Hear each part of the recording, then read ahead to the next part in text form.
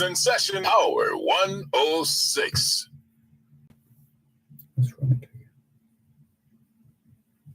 Both sides of the story. We always need to hear both sides of the story. Both sides of the story.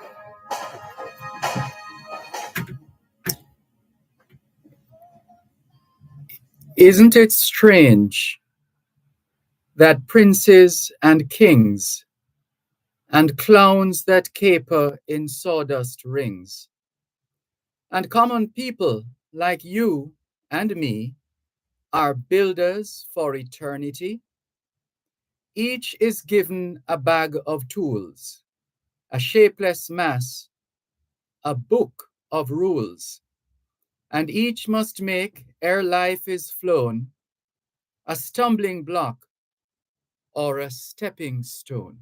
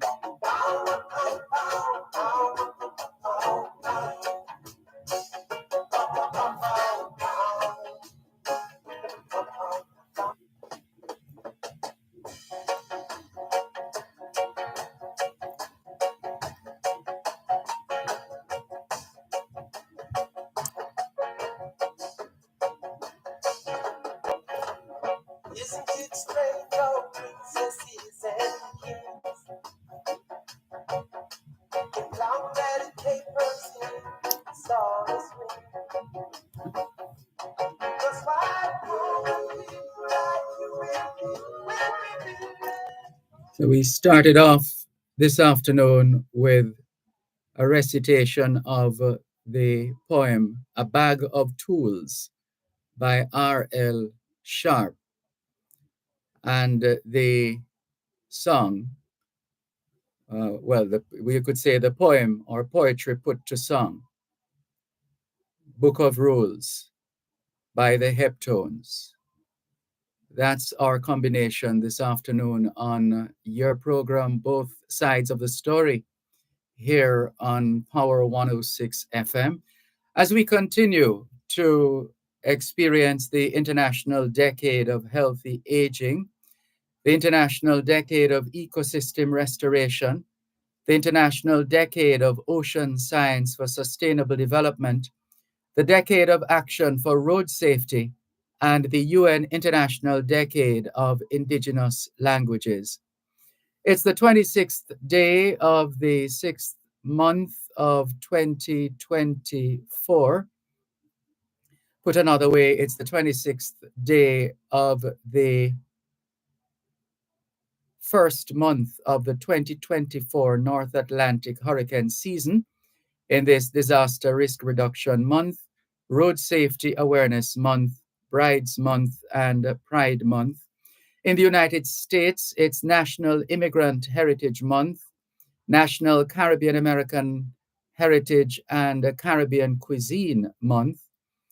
Meanwhile, Caribbean American Heritage Month activities continue in the US, where June is being observed as Alzheimer's and Brain Awareness Month, Cataract Awareness Month, Myasthenia Gravis Awareness Month, Aphasia Awareness Month, Congenital Cytomegalovirus Awareness Month, Migraine and Headache Awareness Month, National Safety Month, Scleroderma Awareness Month, Post-Traumatic Stress Disorder, PTSD Awareness Month, Scoliosis Awareness Month, and Men's Health Month. It's International Day Against Drug Abuse and Trafficking, Independence Day in Madagascar and Somalia, and National Flag Day in Romania. It's International Day in support of victims of torture. Hoy es miércoles, el 26 de junio 2024. Y les saludamos en cualquier parte del mundo que nos están escuchando en este momento. Estamos muy agradecidos por el don de la vida y el privilegio de servirles en otra edición de su programa, Both Sides of the Story, ambos lados de la historia. Nunca vamos a tomar su audiencia por sentado, porque sabemos que ustedes tienen otras opciones.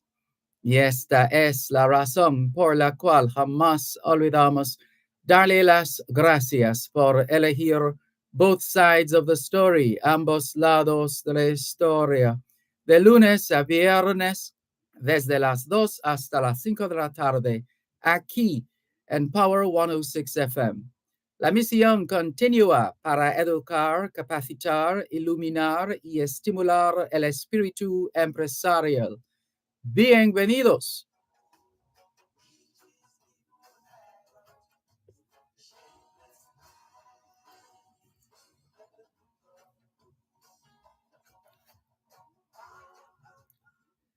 C'est mercredi le 26 juin 2024 et nous vous saluons tous qui nous écoutez où que vous soyez dans le monde. Nous sommes reconnaissants du don de la vie ainsi que du privilège d'être à votre service par une nouvelle édition de votre programme Both Sides of the Story, le pour et le contre. Nous ne considérons pas votre fidélité comme un lien de soi parce que nous savons que vous avez l'embarras du choix. C'est pourquoi nous n'oublions jamais de vous remercier de choisir d'écouter Both Sides of the Story, le pour et le contre, Du lundi au vendredi, de 2h à 5h de l'après-midi, sur notre antenne Power 106 FM. Nous continuons notre mission d'éduquer, d'habiliter, d'éclairer et d'encourager l'esprit d'entreprise. Bienvenue.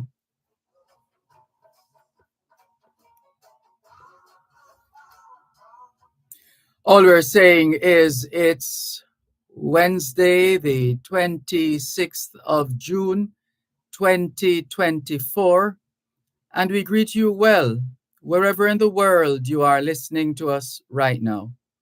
We remain eternally grateful for the gift of life and the privilege to serve you on yet another edition of your program, Both Sides of the Story. We don't ever take your listenership for granted because we know you have choices. And that's why we never ever forget to remember to say thanks for choosing to listen to Both Sides of the Story, Monday to Friday, 2 to 5, right here on Power 106 FM. The mission continues to educate, empower, enlighten, and encourage entrepreneurship. Welcome.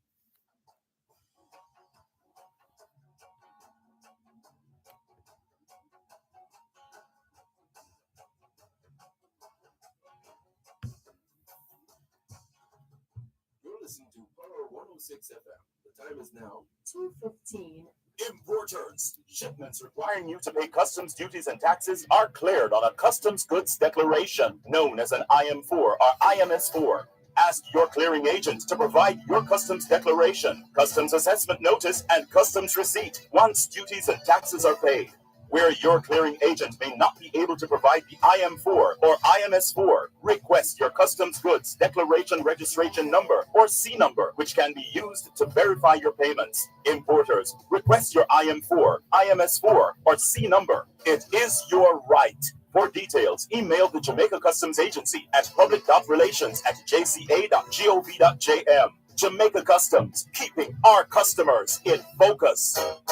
Taxpayers, pay your taxes online at www.jamaicatax.gov.jm with a valid credit card or debit card with credit card functions. It's safe, quick, and convenient. So many options: BNS electronic direct deposit, NCB online banking, and direct funds transfer. Android users, you can pay through our mobile app. Call 888 Tax Help for details. Tax Administration Jamaica, working together to serve you even better. Employers, the Job Smart pre-summer sale is here. Advertise your vacancies in the Sunday and Wednesday cleaner to get 7 days free online exposure, or book your Job Smart ads directly and double down. Call 876-922-3400 or your cleaner representative to book your ads by June 28. Connect with motivated candidates, perfect to join your outstanding team with Job Smart. Don't miss this pre-summer deal.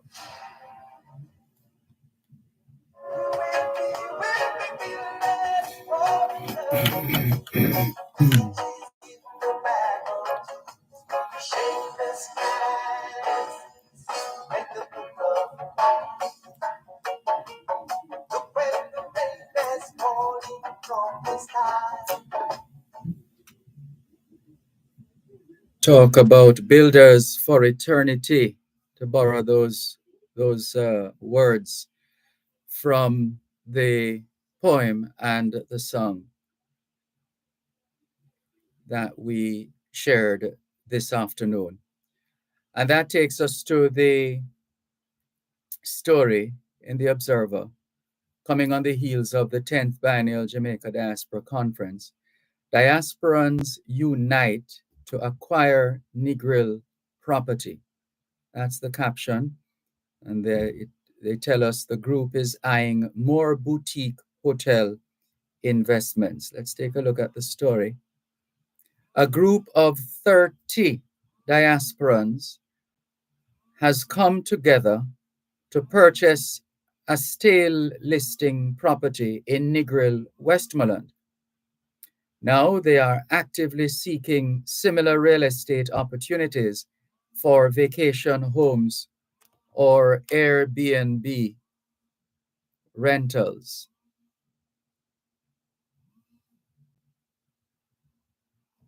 Coral Sea Cliff, a hotel in Negril, Westmoreland, that has been on the market for at least 5 years, was the group's first purchase.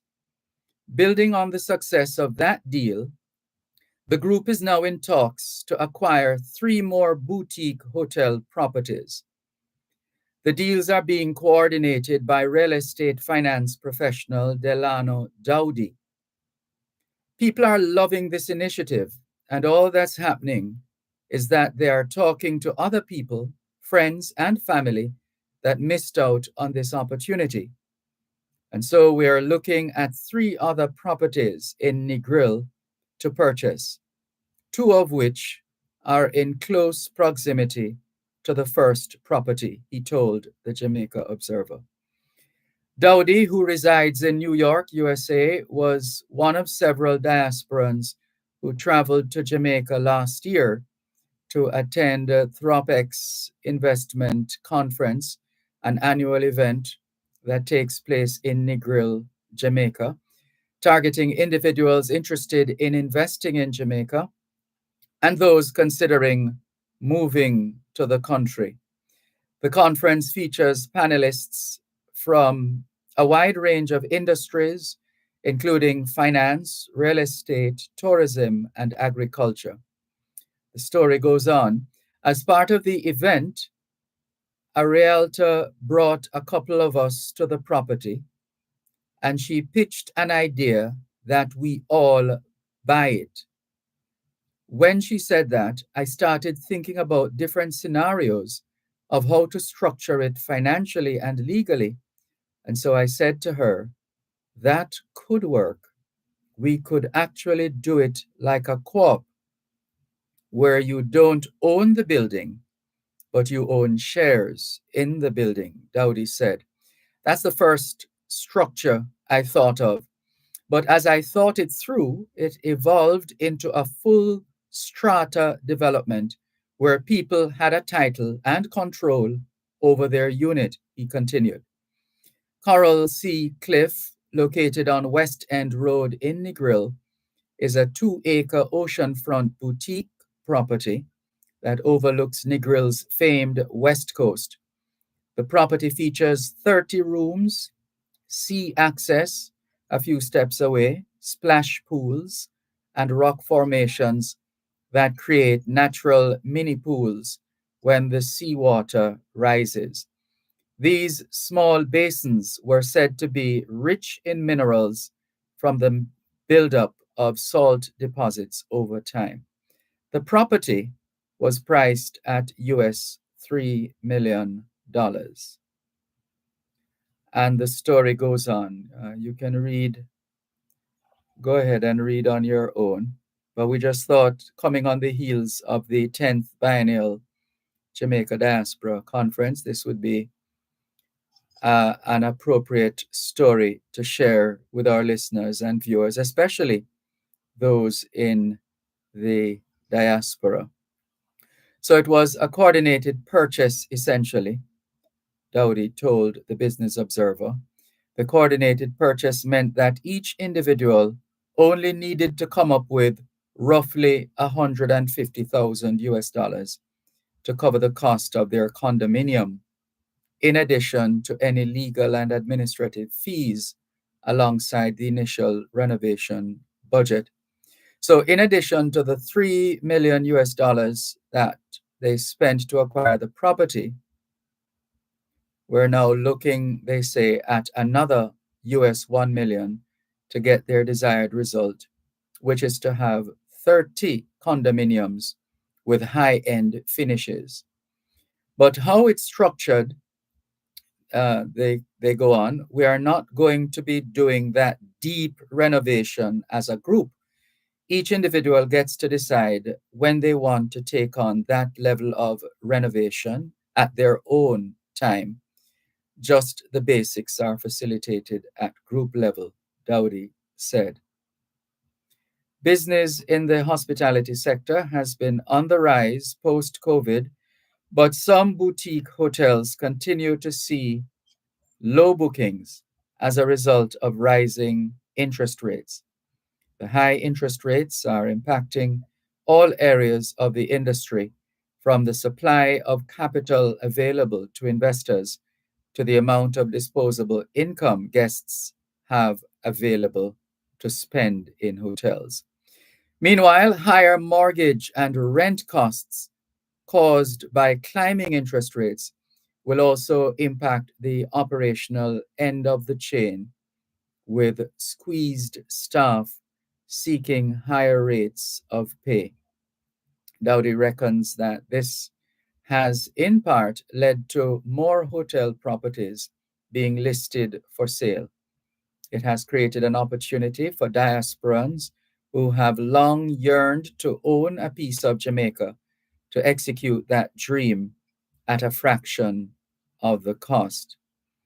I have found that there are a lot of hotels like this where the owner is just burnt out and ready to count their losses and just move on. And so this is one of several that we're going after, Dowdy told the Business Observer. Individual titles for Coral Sea Cliff Hotel were issued earlier this month, and the hotel has been rebranded the West Condominiums to reflect the new business model. And so the next step is to renovate the entire property, for which Dowdy had budgeted an additional 30,000 US dollars, or 10% of the purchase cost in the individual purchase contracts. Renovation work on the property is expected to be completed by October. Thereafter, some property owners will seek to recoup some of their expenses through the listing of their properties on Airbnb platforms. Others are opting to keep their condominium solely for private use during visits to Jamaica. So, thought we'd share this one with you, coming on the heels, as it has, the heels of the 10th Biennial Jamaica Diaspora Conference and all the investment opportunities that were sewn up, in a manner of speaking, by Jamaicans at home and abroad. And so we continue with more on your program, both sides of the story, Paro 106 FM. We turn to your feedback now, your calls, your questions, your messages, your comments. 876-922-4112-5. 876-922-4112-5, the numbers to call. The text line is the same as the WhatsApp number, 876-365-3346.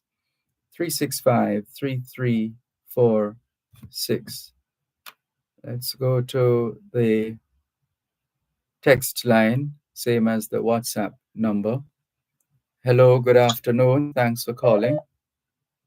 Good afternoon, Mr. Malcolm. How are you doing? Good afternoon. I'm fine, thanks. How are you? Have you bought your condominium yet? My granny tell me, say, when on your time, on your time, you know. From Monday, I try to get on the program and I can't get on. Finally, I get on now. Well, we're happy you have been able to get on. The floor is yours. Go ahead, please. Before I go into what I'm going to say, first time when I call, you put me on over and then I hear the program keep running, but it no longer go that way. Did I change in the program? No, we perhaps, or maybe I forgot to turn on the audio on my end for the for calls that come in on the text line or the WhatsApp number. So I would have to take responsibility for that. My fault. Sorry about that. Okay. All right. So the conference, how it ended up, I hear a few politicians there, they take their notebook and take note and put things into law or mention law. And then just come there for coming sake and talk and eat and drink and live. Well, I would say all of the above and more. Yeah, because since it ended of the year, nothing about it again. So probably next year is something again. Yeah, remember it's a biennial conference. Yeah, so it's every from overseas. Whatever point they come and make, the politician who is the lawmaker is supposed to take note and take it from there. No, it also provides an opportunity for them to update where necessary their communication apparatus. In other words, they're constantly fine-tuning the system or enhancing the system that they use to communicate and to be able to reach all the members of diaspora even before they touch down on Jamaican soil, to have that kind of access. So it's a work in progress, and there are always plans afoot to put in place different systems, processes, protocols, and with a view to improving the communication. Not that I know of any breakdown in communication, but just to say that's one of the areas that one of the key areas to be able to identify any gaps in the communication apparatus, because that can cause problems. But if you're not hearing them, doesn't mean they're not around, because they continue to work as we speak. Yeah, but if they're not giving the public a feedback, then we can't know what's going on. Oh, so you want more frequent feedback? Yeah, Nothing wrong with that. I hear people say it's just peer talking, so I don't know if it's true.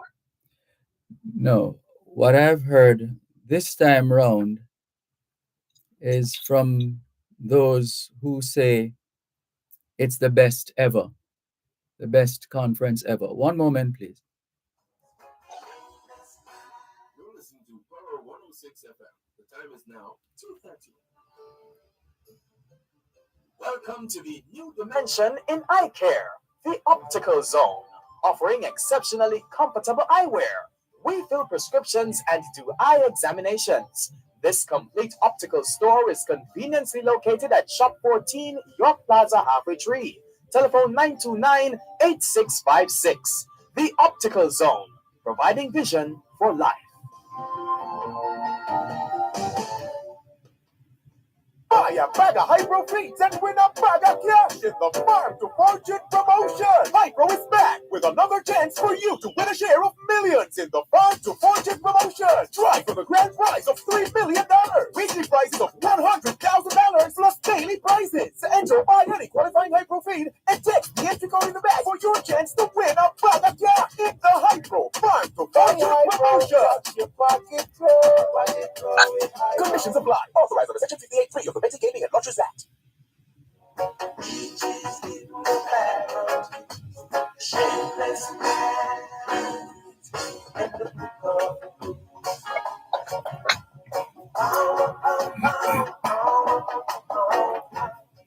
Thanks a lot for staying with us here on your program, Both Sides of the Story, Power 106 FM. I'm Dervan Malcolm, and we have a caller on the line. Thank you for holding. Please continue. Yeah, I was talking to a friend in Jamaica, I think sometime last week, and she told me that she was in Africa and she's surprised that there's a bank. That there's a what? A bank. A bank? The bank people, yeah, BANK, bank, like where you put your money in. They have the mic with the speaker thing going around saying that just an ID and $100, I can open an account. Is that a new system now? No, they're trying to onboard more potential and actual clients. That's essentially what it is. Trying to. Yes, go ahead. So the days when you have to get your grandmother marriage certificate and death certificate for my bank account, that gone through the door. No. Well, in order to achieve that particular goal, they have to then set up a system that is not as onerous as the existing system, but one where they, what they call it, KYC, know your customer. So the weight of knowing your customer depends, the WEIGHT, weight of knowing your customer is at the heart of what you saw or heard when you were here in Jamaica.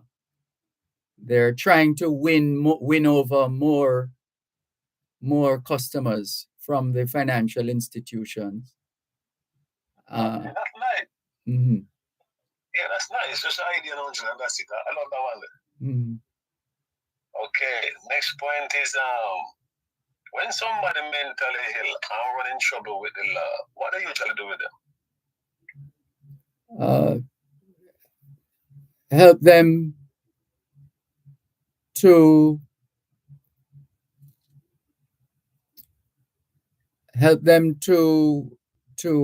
save them from themselves, essentially, because if you're in a particular state or state of mind, it's going to have implications on how you relate to others and how others relate to you. Yeah, but oftentimes I hear, and even since I hear where them, one of those mentally ill man must take a piece of board and hit somebody in the country and the person apply and them arrested. If a man is mentally ill, he don't need to be in jail. He need to get treatment. So they don't train the police for that. Yeah, but they can do both as well. Make sure the treatment, the patient is treated. Yeah, but I'm taking custody, and if you get in there with people who is okay, that might be a terrible scene in there. But isn't there a portion or a section of, I've never been, but isn't there a section where those who are mentally ill get constant treatment? Well, hopefully. I've never been there myself, but hopefully that's how it works. Well, we'd like to think so. One last thing before I go. Mm-hmm. I hear a senior police officer. Well, I've known him not personally, but from when the year is coming up, serious guy, he don't play. Once he's a bad guy, he's not afraid to put you out. No, his duty was to get rid of criminal. I can't do him. He's now retired. Well, we don't. There are other approaches, but anyway, go ahead. Okay, in his days, he put away criminal. Now he's studying criminal law to defend criminal. How you explain that to me? Well, it perhaps triggered something in his personality, and he makes that decision to go in a particular direction, which is not strange. People change every single day. Oh, really? Okay, so you have a change of heart. One point, you don't want nothing to do with criminal, but now I'm defend them. I mean, that sounds strange. But I mean, stranger things have happened. Yeah? Stranger things have happened. Okay, I get okay. People have changed their mind when they're ready. Let's see what I have for you again now. One last thing. There's this morning I listened to mine that view the guy there from the firearm license authority. And they might tell you, oh, if you lose the firearm, what can happen and what will happen with the law says. But what is strange to me is that a firearm holder go overseas and leaving firearm at a police station. So it's on the news that when they return, the firearm cannot be found. How you explain that to me? Well, some serious investigation has to be done, without a doubt. Yeah, at all levels. Anybody responsible for that?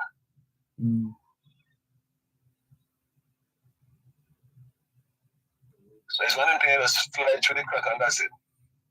I don't know. You're telling me about it now. I've never heard about it. Okay, boss. All right, I hear. Okay. Thanks for calling. All right, tomorrow. Okay. All right. Take care. Yes. Bye-bye. This is your program, Both Sides of the Story, Poro 106 FM, still streaming live on the Gleaners website, go-jamaica.com, live on your smart devices all over the world. Taking your calls on 876-922-4112-5,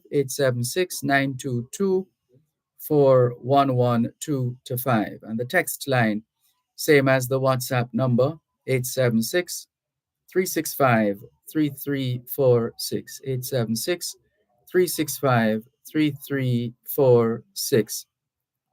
Rohan Johnson of Atlas in Ocho Rios says, happy birthday to each and every one.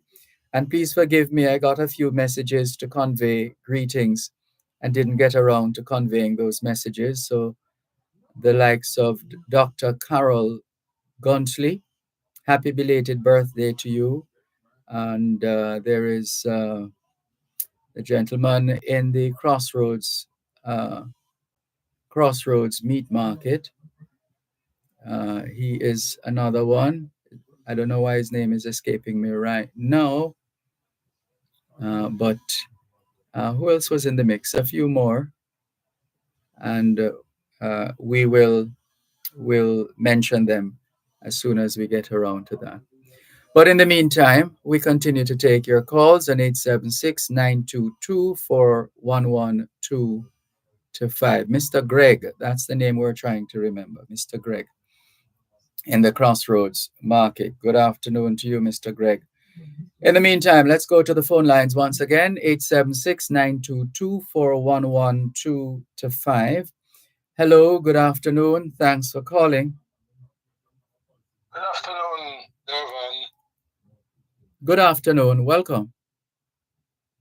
Good afternoon, sir. I wonder if we can speak on certain topic of the moment, or maybe I don't know if you're under the gag order or the gag clause.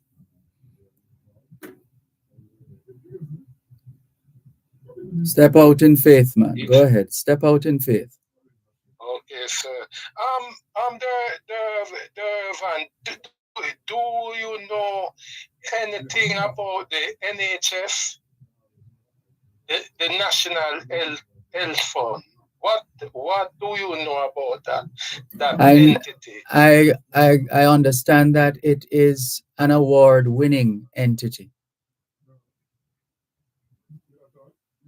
Dervan, the National Health Fund is what we'll call the monster earner in our government coffer. When Dervan speak of monster, I am talking about monstrous Dervan.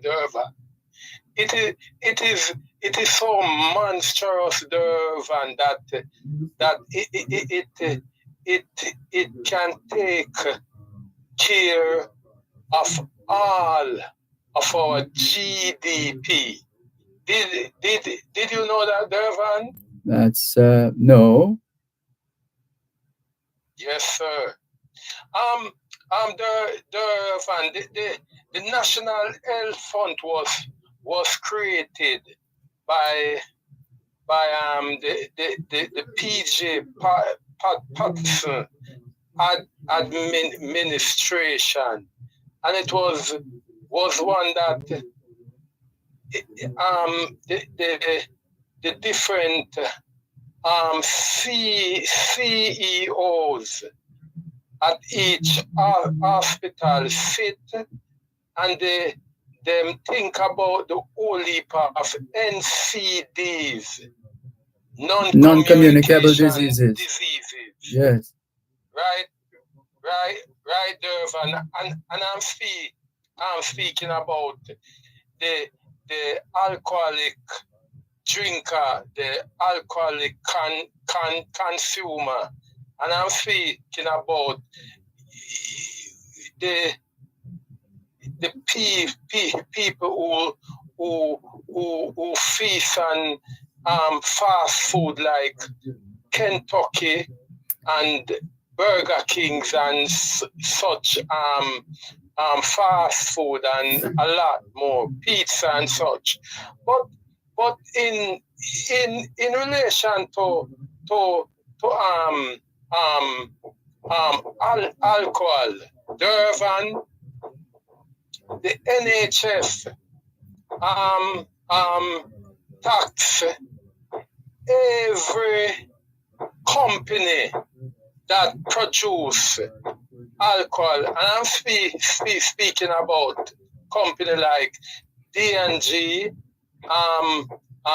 Ray and Neville, all of them, right? And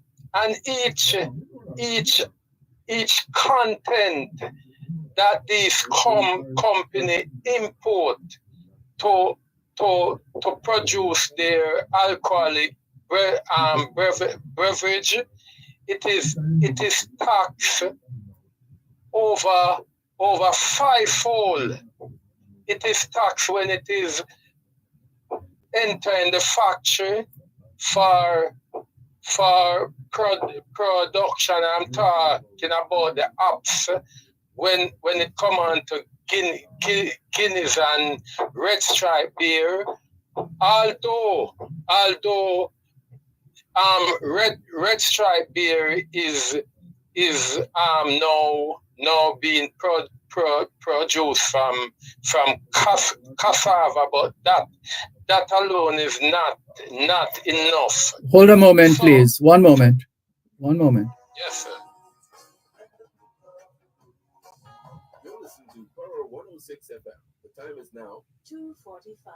The annual meeting of coconut growers will be held on Saturday, June 29. Join the Coconut Industry Board at the Jamaica Conference Center, 14 to 24 Royal Street at 10 a.m. Hear latest research and developments and share your concerns and opinions. For further information, contact the Coconut Industry Board at 876-926-1770.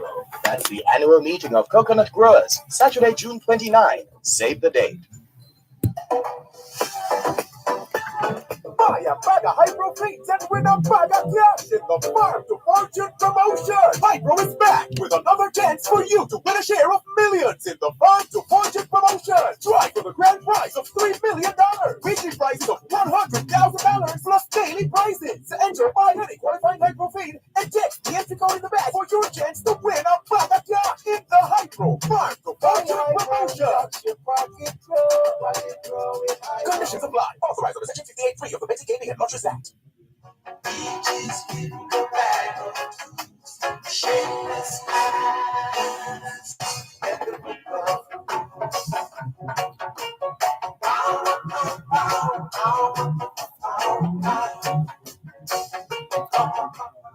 Thanks for holding. Go ahead now on the subject of cassava beer.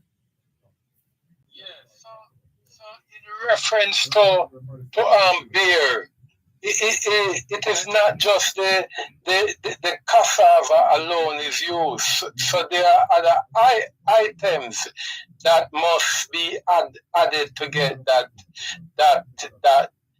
beer taste in the way. So each item, as I was saying, is taxed over a fivefold.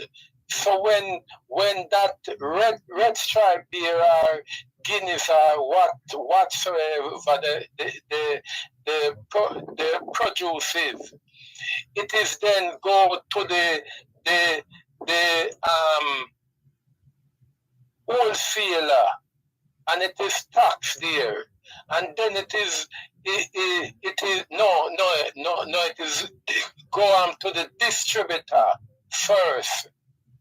The distributor, then it is taxed, and then it is go to the wholesaler. It is taxed again by NHF, and it is to the retailer, and it is taxed. And when it reach, we know as as the consumer, like people who goes to parties and other function and consume it, we are paying the tax too. So in reference, the amount of time that single item is taxed by the government, that the NHF acquired that money, it is over five times. And make sure repeat it, Dervan. When it comes on to like fast food, it is taxed 3 times, like with KFCs and Burger Kings and such. It is taxed 3 times when the item reaches on the wharf and when it reaches the production line and when it reaches in the restaurant, right? It is taxed every time. No, Dervan. You see, like all the company that produce box drink like Big Joe's and other places, True Juice, the NHF also collect tax from those people too. So the NHF is there to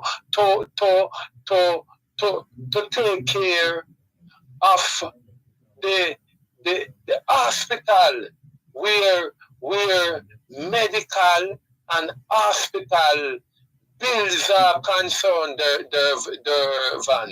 So if you check it out, the mandate of the NHF is to make sure, and I must repeat it, Dervan, the mandate of the NHF is to take care of all the hospital plus take care of each citizen to subsidize their medication. So Dervan, you see the hospital, they should not be short of any equipment at all because the NHF have the money. Dervan, you know that the National Health Fund is the cash cow for government. Dervan, did you know that? Dervan? You're telling me now.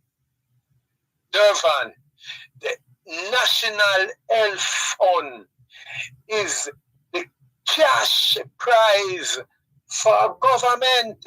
That is what everybody is running down, Dervan. That NHF monster money there, it is what government is fighting for, Dervan. That is what these politicians are fighting for. Dervan, if you don't You have to try and separate the politicians from the public servants, though.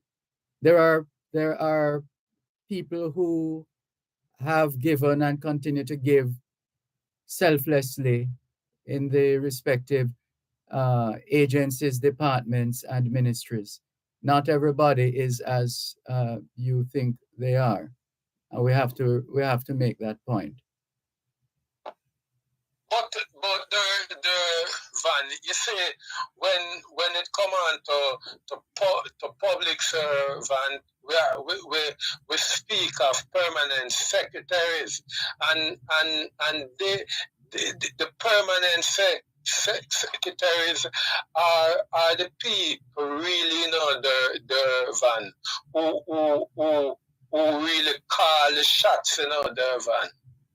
The permanent secretaries, they are the person who really call the shot. They are the person who supposed to be non-political, but each time a government coming and the permanent secretary have to just work with whosoever the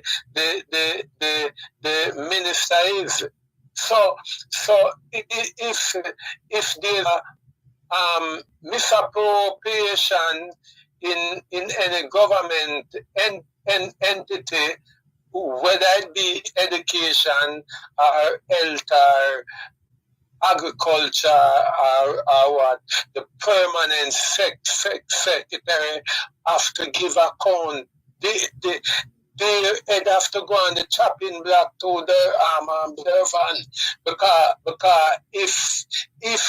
if the politician is doing anything wrong, the permanent secretary should raise the red flag. So Dervan, when we are hearing people talking about they are taking care of our health and well-being in our hospital, Dervan, that is fiction, Dervan. That is fiction.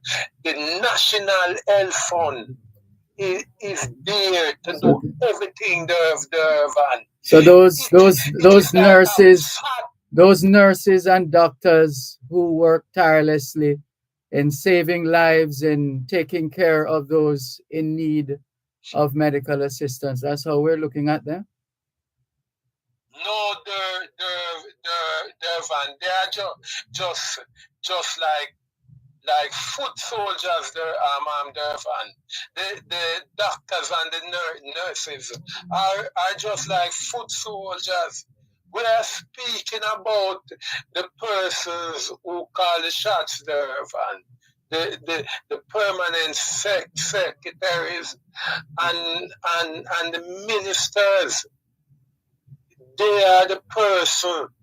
And Dervan, I am someone who learned the fact about the NHS. Dervan, I want to give you a joke.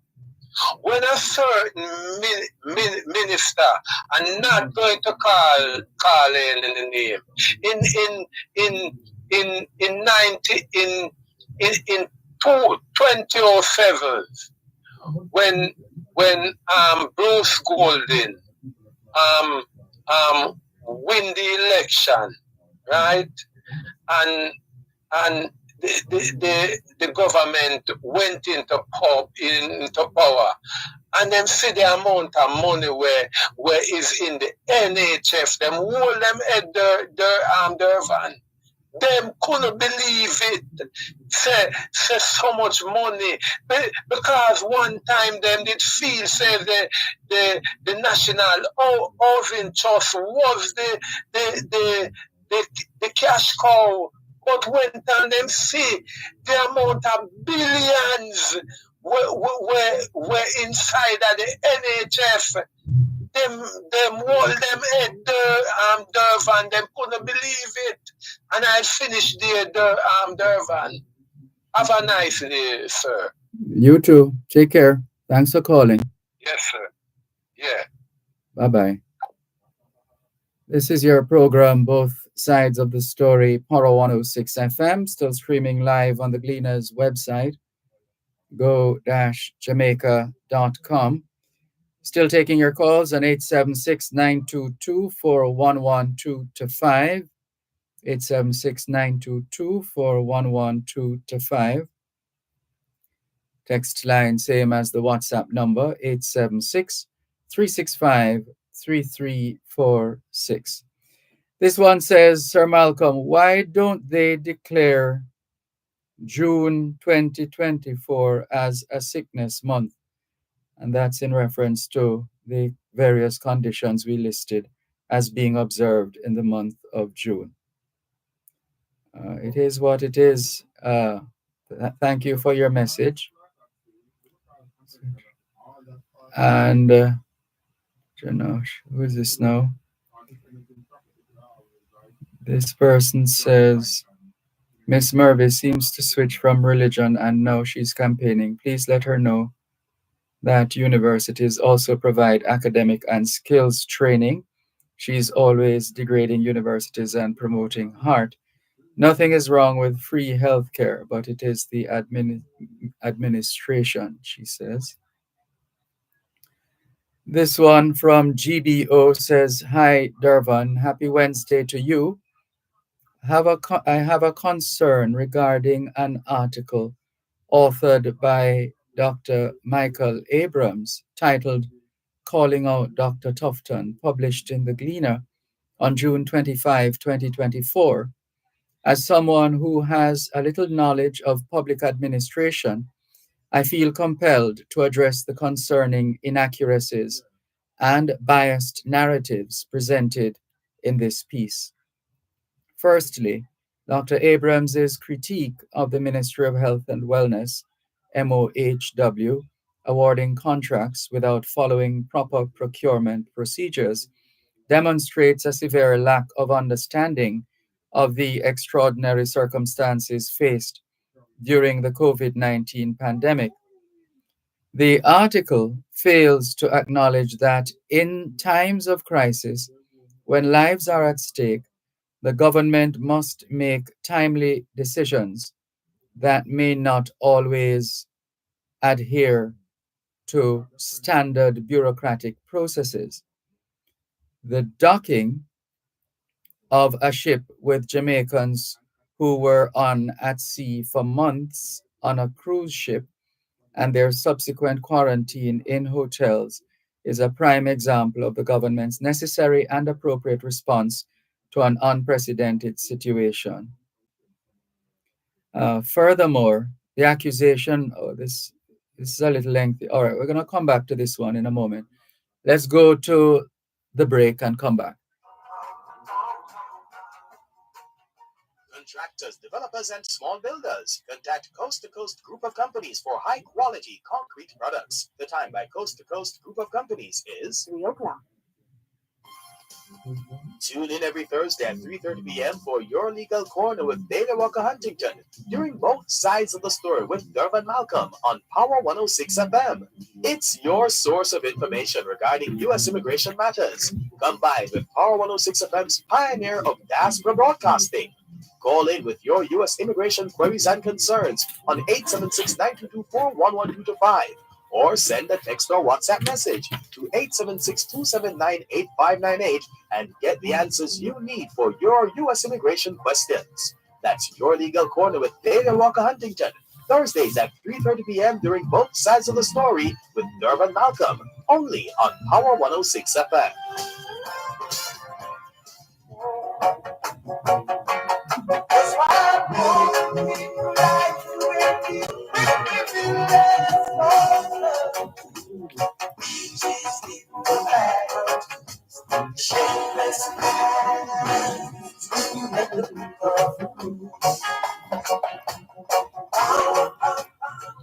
Thanks a lot for staying with us here on your program, Both Sides of the Story, Power 106 FM, still streaming live on the Gleaners website, go-jamaica.com. This is a very lengthy message, but we're trying our best. So the person here says, GBO says, "Hi, Dervan, happy Wednesday to you. I have a concern regarding an article authored by Dr. Michael Abrams titled Calling Out Dr. Tufton, published in the Gleaner on June 25, 2024. As someone who has a little knowledge of public administration, I feel compelled to address the concerning inaccuracies and biased narratives presented in this piece. Firstly, Dr. Abrams's critique of the Ministry of Health and Wellness, MOHW, awarding contracts without following proper procurement procedures demonstrates a severe lack of understanding of the extraordinary circumstances faced during the COVID-19 pandemic. The article fails to acknowledge that in times of crisis, when lives are at stake, the government must make timely decisions that may not always adhere to standard bureaucratic processes. The docking of a ship with Jamaicans who were at sea for months on a cruise ship and their subsequent quarantine in hospitals is a prime example of the government's necessary and appropriate response to an unprecedented situation. Furthermore, the accusation of alleged cronyism regarding the contract awarded to a particular funeral home for storing bodies of patients who died at the Kingston Public Hospital is baseless and reeks of political grandstanding. It is intellectually dishonest to make such allegations without concrete evidence, especially when policymakers are not directly involved in contract awards. The article also fails to recognize that the same accusations of political favoritism could be leveled against members of the opposition party who have and are currently benefiting from government contracts. Dr. Abrams's critique of the renovation of the Cornwall Regional Hospital is equally misguided. The article fails to acknowledge the long-standing neglect of our public assets, which has led to the inevitable crises we now face.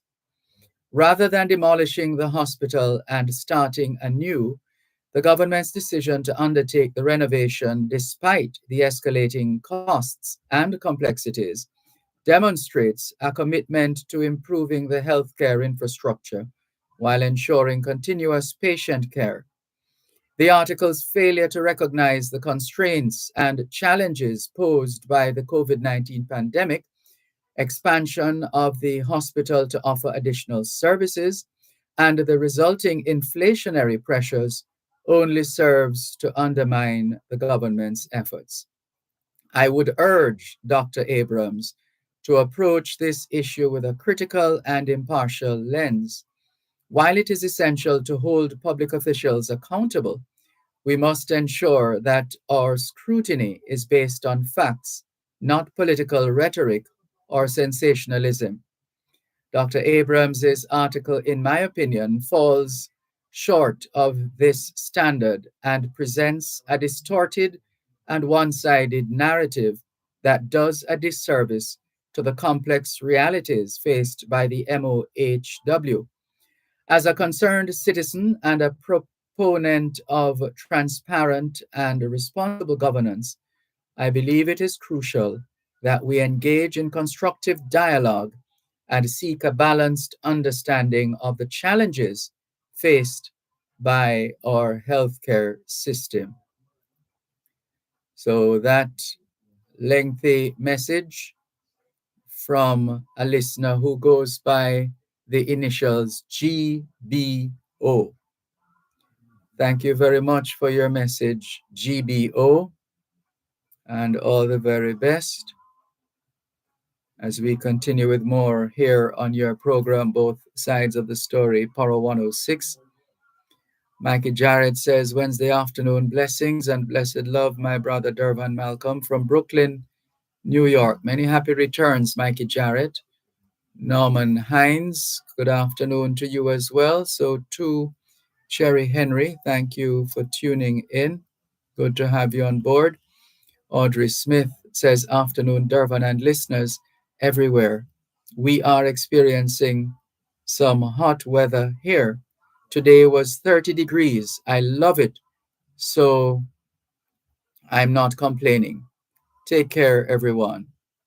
And you do likewise, Audrey Smith. Thank you very much for your message as well. Let's go to the phone lines once again, 876-922-4112-5. Good afternoon. Thanks for calling. Hello, are you there? Good afternoon. I was hearing either your AC or the wind in the area you're traveling.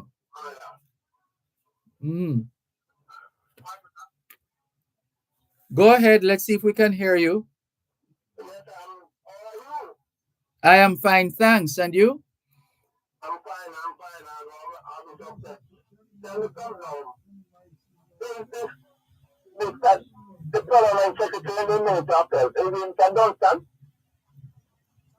In the All right. I think you're right. All right. Do you remember the Auditor General request for information from Minister of Health, and it was alleged that the Foreign Secretary said it's not going to account or report to cooking? What do you think? Something along those lines. Hold on. Tell me something. You talk about some support the Auditor General has about Mr. Benson and Visa. I wanted to use a public servant. I want to talk on to it. Not talk on to that account, Angela. Something like that? See, hold on. See if you can drop your volume a little, because the higher you go, the more distorted the audio that we get. All right. I'm going to pull it up. No, I don't. The response from the Mr. Johnson, the permanent secretary, in respect to a accountant general, no, Auditor General report, request. Remember something? Yeah, the matter was up for auditing. There was.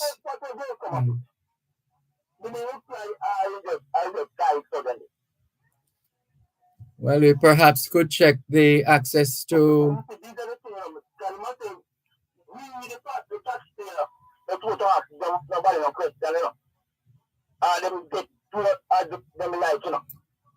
the minister come as a political if we request something, a political. As 70% of us never vote, or something like that, And if we decide to want certain information when we want a political. No, that's what I'm saying. There's a unit. All the ministries have a unit where they get information. They get access to information for the. Yes.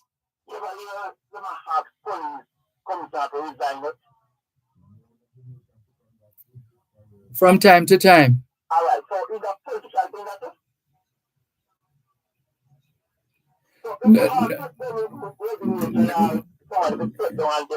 I remember Mr. Hazard, Mr. Hazard falling, You remember what happened to him? What happened to him? Well, the opposite and guilty at the time, Carl and Mr. Porter to fire, not fire him. Yeah, which is something that happens from time to time. There's always somebody. All right, and Mr. Porter really the certain authority. And the hope is that Mr. Porter never go far enough. And got there in Parliament. The Republican put a there in Parliament. And Mr. Hagan never allowed to use any government fund. You understand? It was me government fund. I've struggled every now and then not to hear you. Actually, the audio is distorted. You're speaking at the top of your lungs. Are you listening? We want to hear you, But you're trying hard for us not to hear you by taking your volume so high. That's why I keep saying, just take down the volume so we can hear you clearly.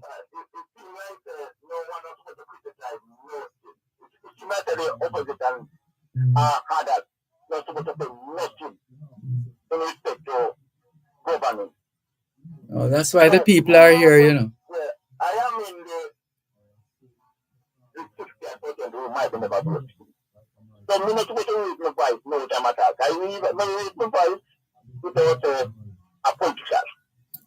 No, that's not smart reasoning. No, man, you don't need to go there. You were doing well up to now, You don't need to go there, man. Okay. No, just speak your truth and speak it clearly, as Desiderata says. Just speak your truth and speak it clearly, man. and go on.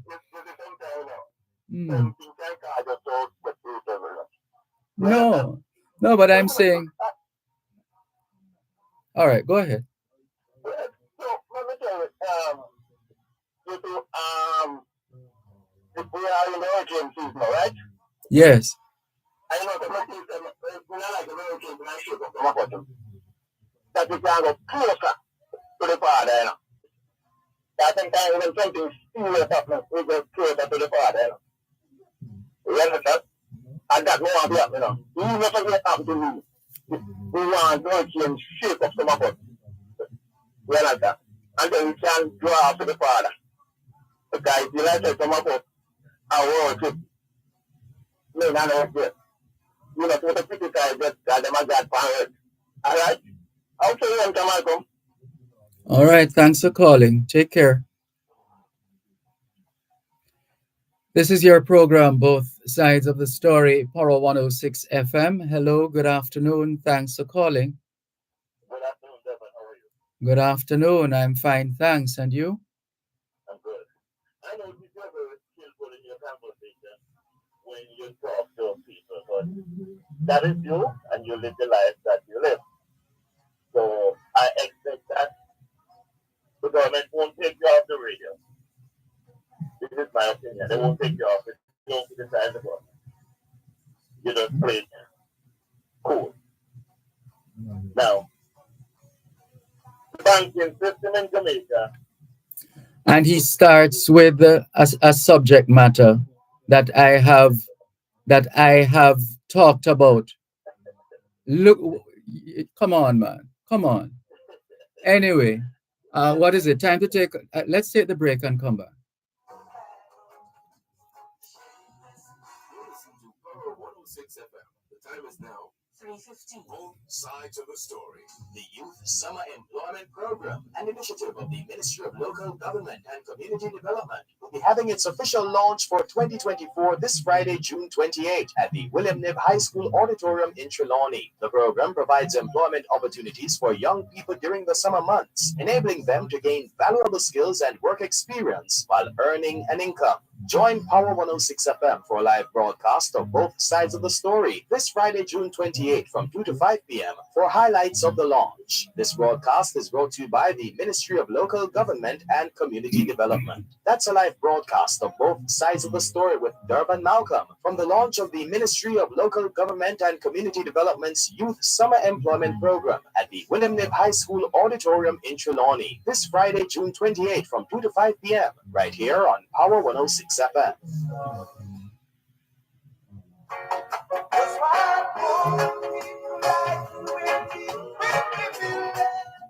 Yes, sir. Thanks for holding. Go ahead, please.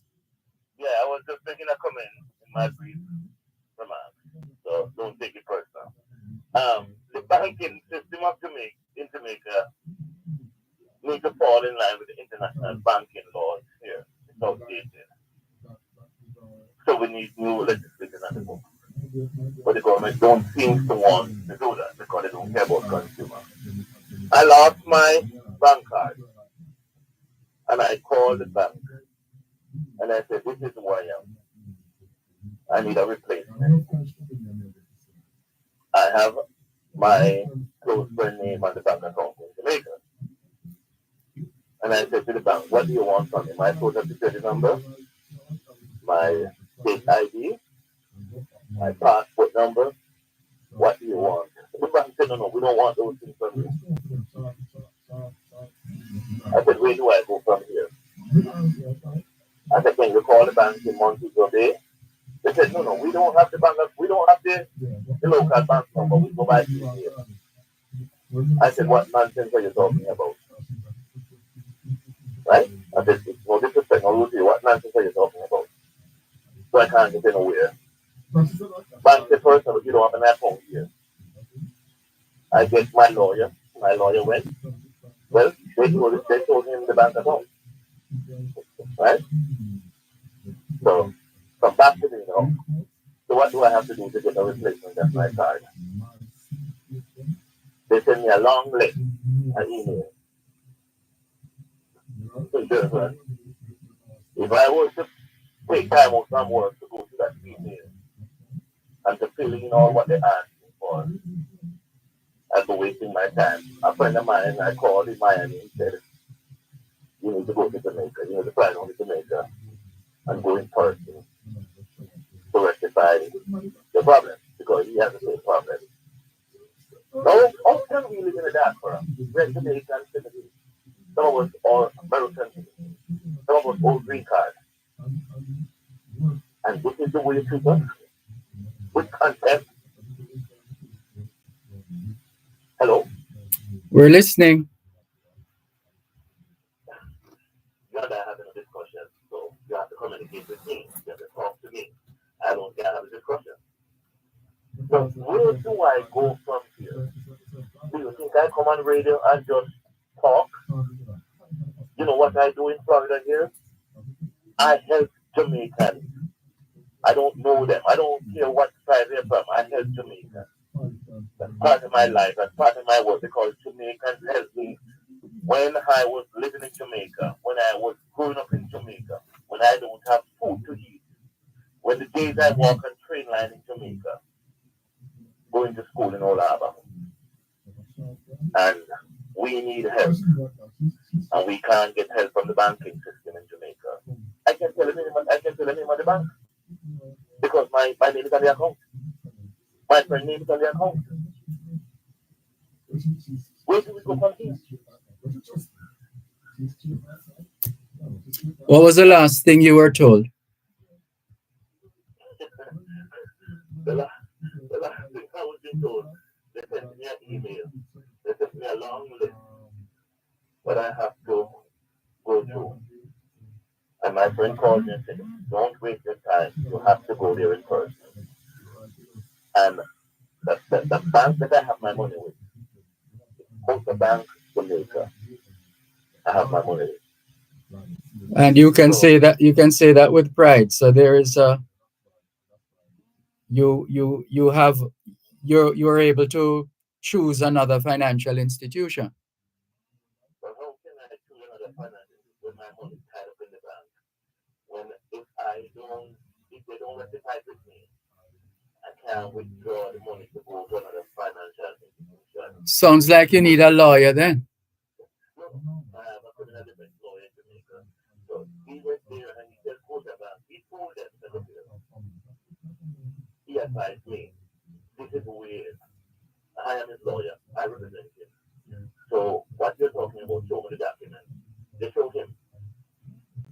So they come back to me now. How to get my card. That's the card I need. I lost my card. But you're telling us to come back to Jamaica till this? We live in an outstate with laws in Jamaica that govern the banking system. And we can people call and report the bank and tell the bank, this is what we say. They're not speaking the truth because you're speaking to the choir. You know what I'm saying? I hear you. Now, let's go to the Prime Minister of Jamaica. Because he doesn't do his research, he doesn't do his facts, he doesn't do data, and he come and he talk nonsensical arguments.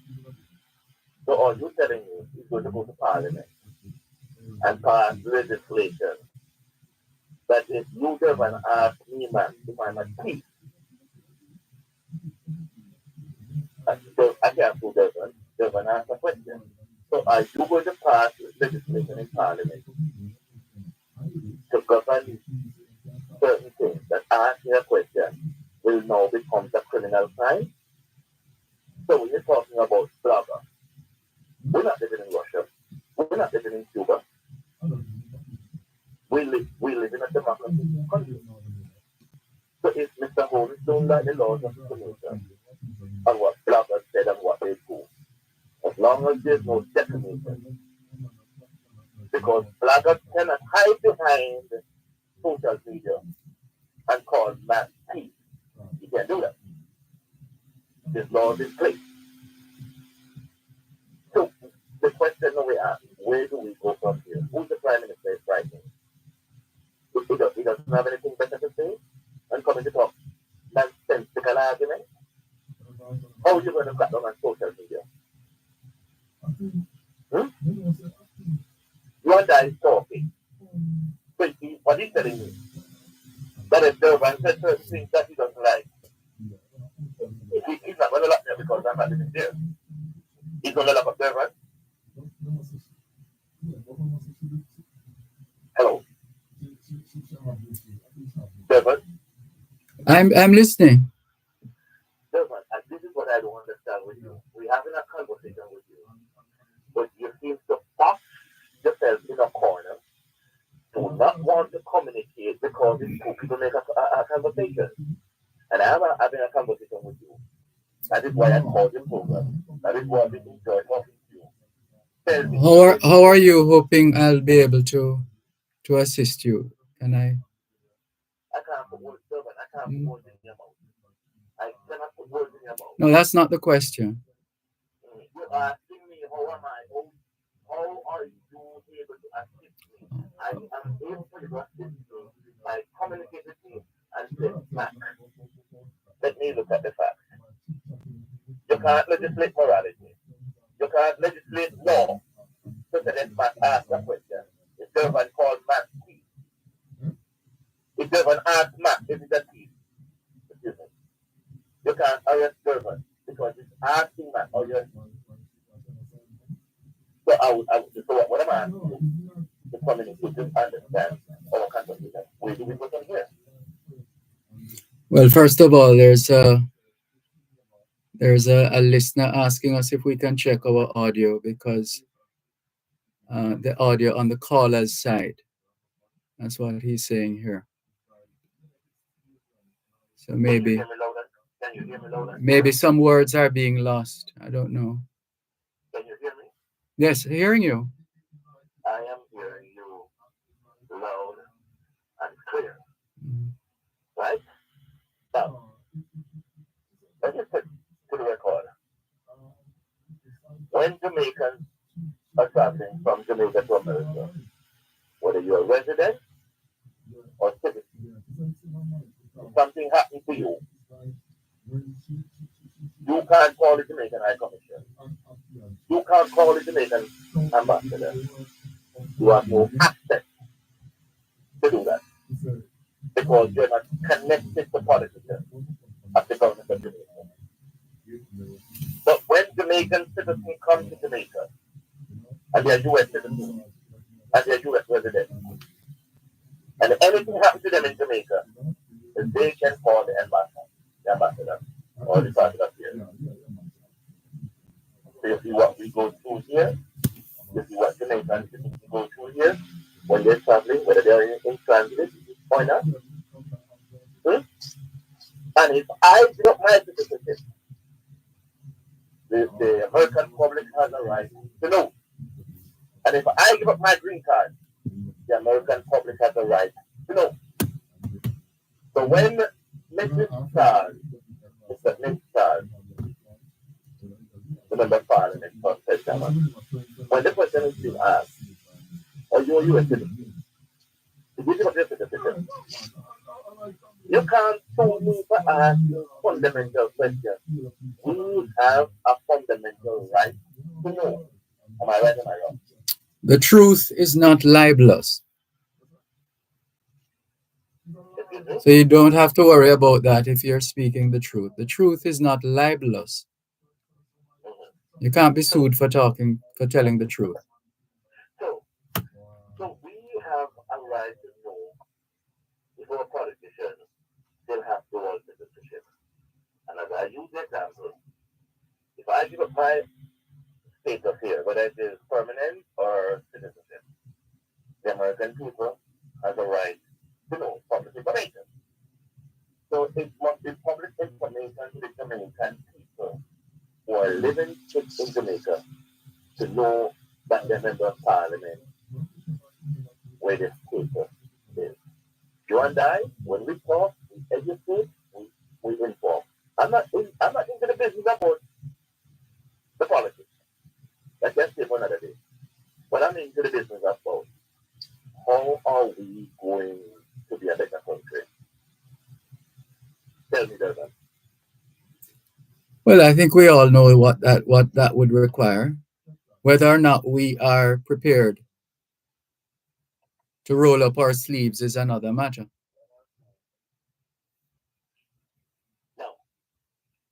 My work that I do here, when I go to work, I'm at the house now. When I go to work, I'm under constant camera 24 hours. From the minute that goes to the car park, the only place camera is not in the bathroom. Camera is in the lunchroom. But because I'm a Jamaican, because I'm a thief, I consider myself that way. I'm a thief. Right? Because I come from Jamaica. I'm branded Jamaica. Right? And I have to play by these people's rules. I have to do whatever the company says, within the law, within the context of the law, the labor law. I have to follow the company rules. So we need to do the same thing. When you work at the hospital, the police station, government department, you must be constantly everywhere you turn on the property. You must be constantly monitored under surveillance because they want to know what you're doing and how you're doing it. Am I right or am I wrong? Constantly what? You must be constantly monitored. Once you go to the government department to work, they must know what you're doing and how you're doing it. It sounds like you're talking about more than one thing. No. I was just making a general point to you that when people work in government departments, you must be monitored. Well, people in general have to be monitored. There's no creeping up on the government is creeping up on you. You're doing your job. We want to know what you're doing. We want to know about transparency. We want to know about your work ethic. Right? And this is where Jamaica must take a leaf out of the private sector book. All right. We have to go to the break. Thank you very much for calling. Okay.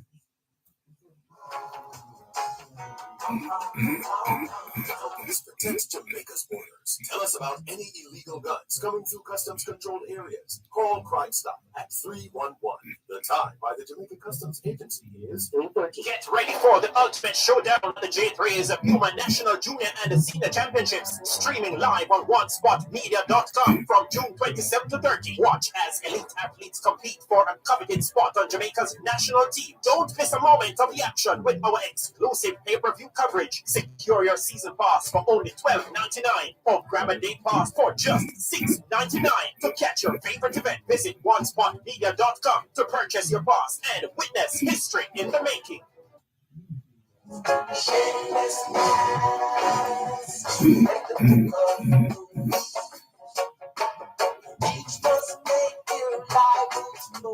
Thanks a lot for staying with us here on your program, Both Sides of the Story, Power 106 FM, still streaming live on the Gleaners website, go-jamaica.com, live on your smart devices all over the world. Here's a call coming through on our text line, same as the WhatsApp number.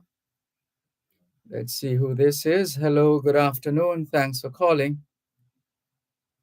Good afternoon, Mr. Mark.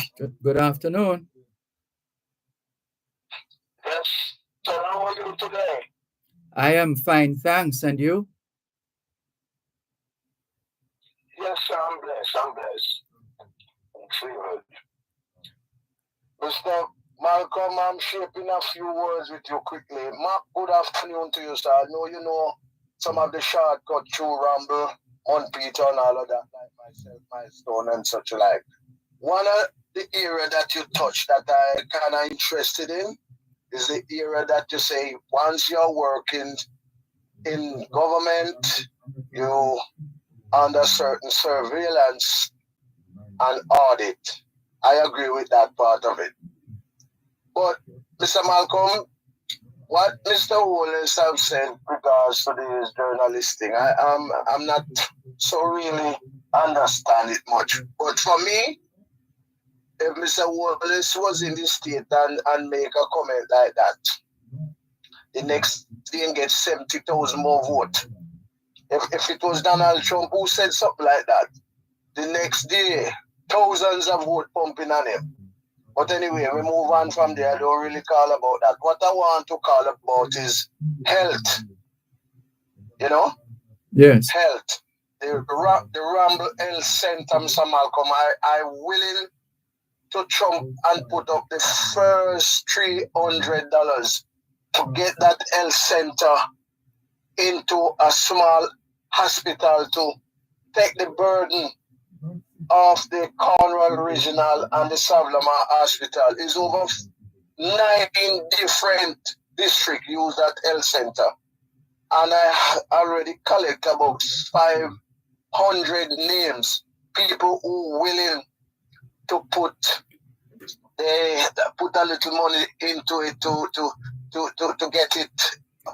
It sounds like the ideal facility because, sorry, I was saying it sounds like the ideal facility because there is an adopter clinic program where you have Jamaicans at home and abroad putting funds towards the rehabilitation and general restoration of clinics. So it's called an adopter clinic program. So you, yes, Jamaican, yes, go ahead. Because I'm talking about it for years, you know. But these names that I get is local. We're not getting any from overseas yet, you know. But we're tweaking people. Because Mr. Malcolm, me tell you the truth, sir. I would love to see at least one patient to 3 doctors in that health center. For God's sake, I would love to see that happen by faith.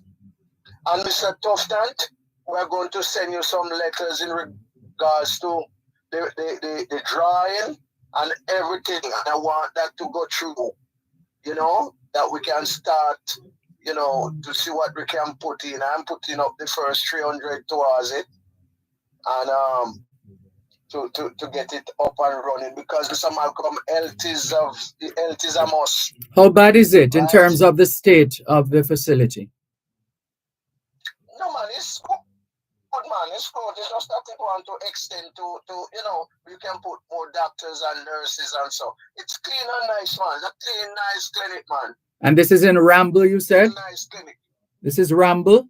Yes, Ramble, yes. In Hanover, yes. Is it Hanover? It's in Hanover, yes. It's just that you have to wait a little time because, you know, it's small and so, but it's just the extension we want to do. Ramble clinic nice and clean, man, and people them nice there.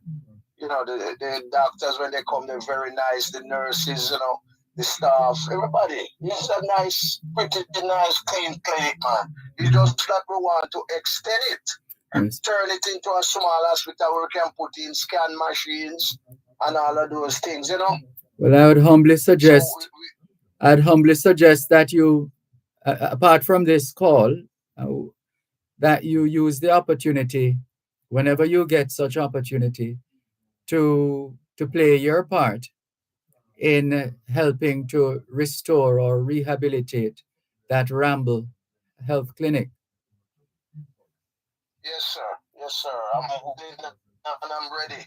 And it's just that, you know, you have to go through the procurement and such alike, which that is very important. So we have some good plans and there's some hopes there.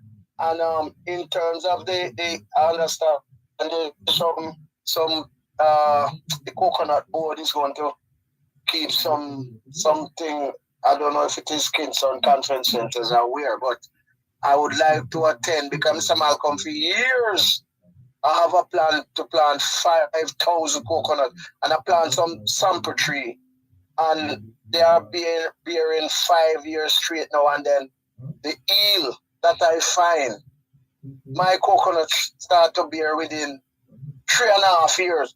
And if me didn't get the land to plant right now, I could drown many Jamaicans with coconut water in the 14 parishes, right? Because the way I have it here, I would be producing at least 6,000 barrels of coconut water by planting that amount of trees. And so that when I drive around and see these lands lying down there just paralyzing by African tulip, not doing anything. I wonder where is the land sergeant? Where's the tree sergeant? Right? Because the fertile lands just lying down there, Mr. Malcolm. Some of it 2,000 to 3,000 acres. Whosoever own them only have at least 2 feet of pride into them. You know, we have to get those lands in productions. We want to see at least 5 or 6 miles of sweet potato, corn in the local region here. We have to use grassroots solution to help to build ourselves and to feed ourselves, build some storage, seed banks and all of those, because we're not getting the right seeds right now. Right now, me want some A grade, I'm not getting it. You understand? Because the A grade you can replant. You understand? We're not getting that much. Plenty money have to pay for that. So, Mr. Malcolm, there's a lot of work we have to do here. So I'm asking the government, just do for them part, set up the best policies they can set up for the people, you know, that we can work with. And that is what we want, because Mr. Man like this, Mr. Malcolm, me work hard, you know. And me don't know what going on, you know, sir. So you see all the health center there, me want to make sure say that is there, that if anything, me can go there as well. So me willing to put my first $300 into it. Right? And me got 500 names right now. People who willing and ready, I would like to see it comes into life. So Mr. Tuftant, try and get a meeting with me, sir. If we have to meet on the Crane Road, Mr. Malcolm, you have a good day, sir. You do likewise. Thank you very much for the call. All the best. You. Take care. This is your program, Both Sides of the Story, Power 106 FM. Hello, good afternoon. Thanks for calling. Good afternoon, Mr. Carter. Welcome back. Thank you. Mr. Malcolm, just give me a brief flavor for the listeners of the church. Give me a brief summary of what went on in the diaspora conference, just in 2 sentences. Let's see. Investment. Okay. Sorry, go ahead. You get the sense that the diaspora are willing to invest in Jamaica? Oh yes. And there have been examples right across. I can't tell you that I went to every single session of the conference, but I've received enough feedback to give us a sense of where it's at, and a lot of it has to do with investments. So on the ground in each community, we have a lot of homecoming preparation to do with it. Yeah, well, that's what happened over the last week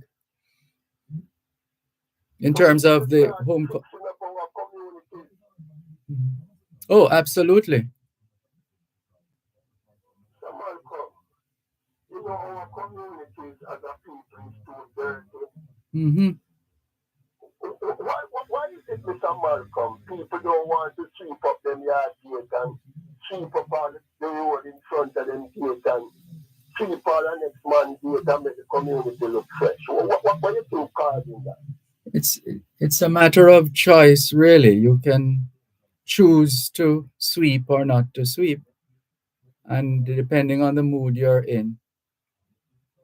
We must make it a duty to start keeping our community clean. Mm-hmm. Because the investment, when that multiplier effect starts, don't it going to attract where the cleaner environment is and the less violent, Mr. Malcolm, would you say? Chances are, yes. Because we have to understand all this talk about money. You have a state of money that is known as the wavy state of money. And it works based on what is known as the law of attraction. There's a reason why the investor will invest in cherry gardens rather than honest gardens, Mr. Malcolm. Well, there's also Negril. I was reading a story earlier on Diasporans unite to acquire Negril property. I heard it. Mhm. So that's what spurred me to ask you this question because yes. it's a beautiful idea. Mhm. Yeah. Because New York City, where the man who invented that idea, the diaspora man from Jamaica who live in New York City. A lot of people running from expensive New York City is one of the most expensive places on earth to live right now. You know? That is true. And also one of the most violent. Mm-hmm. So a lot of Jamaicans going to come home in Mr. Malcolm. Because Jamaica need the diaspora and we need new money. And Mr. Malcolm, you will have to help them navigate the language barriers in the country. You know? Help them with the French and the Spanish and how to interpret certain things down here, you know, Mr. Malcolm.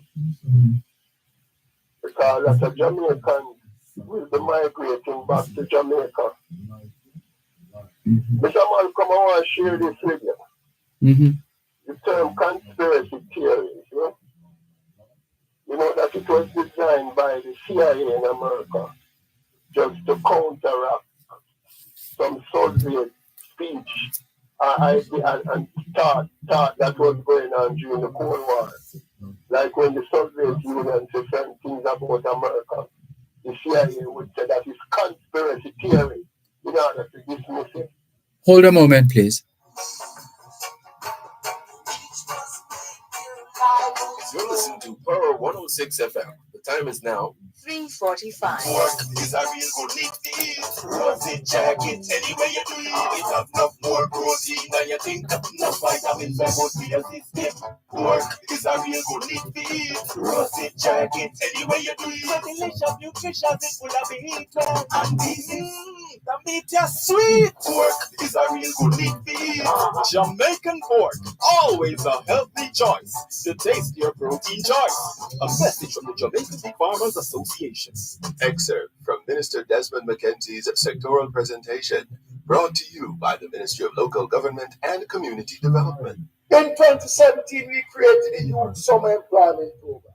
Over 40,000 young people have been professionally trained and deployed to help the ministry and the local authorities in implementing critical functions while earning a good income. I am pleased to announce that this year, the Youth Summer Employment Program for the first time will be employing 10,000 young people in Jamaica for the summer for the first time. Excerpt from Minister Desmond McKenzie's sectoral presentation, brought to you by the Ministry of Local Government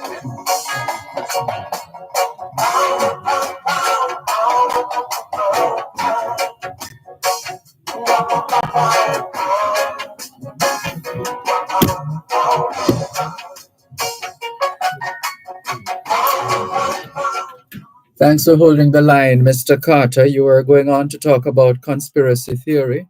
Yeah, conspiracy theory is a term that was designed by the CIA in order to counter certain narratives coming out of the USSR during the Cold War. And a lot of those things that they call conspiracy theory turn out to be factual hereafter, you know? So a lot of things that people talking on the ground and people dismissing it, you have to learn to find information for yourself in this world. True. Because, yes, Mr. Malcolm, this with the World War III that we are in right now, I'm going to tell you an incident that happened yesterday. Four Russians got killed by a US-made missile on a beach in Crimea.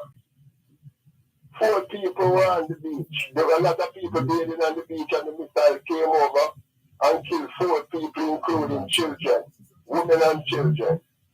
And when they take up the fragments of the missile, it's made in America. And they can tell you who make it and the street that it make and this, everything, the number, it have a serial number. Here Putin said, here's the consequences for it. And he took out a missile this morning named the mega bomb that they're going to use in Ukraine. So the war is intensifying. You see, Mr. Malcolm, And you see, as the war intensifies, we must remember as a people, especially African people, that we must not get drawn up in the white man war, you know, because the white man is warring now over economic resources, land, money, oil, and all of these things through the bricks and mortar. What we need to do as a people in our community is to try and forge a better community, better family life, better friendship, better teamwork, yeah? Yes.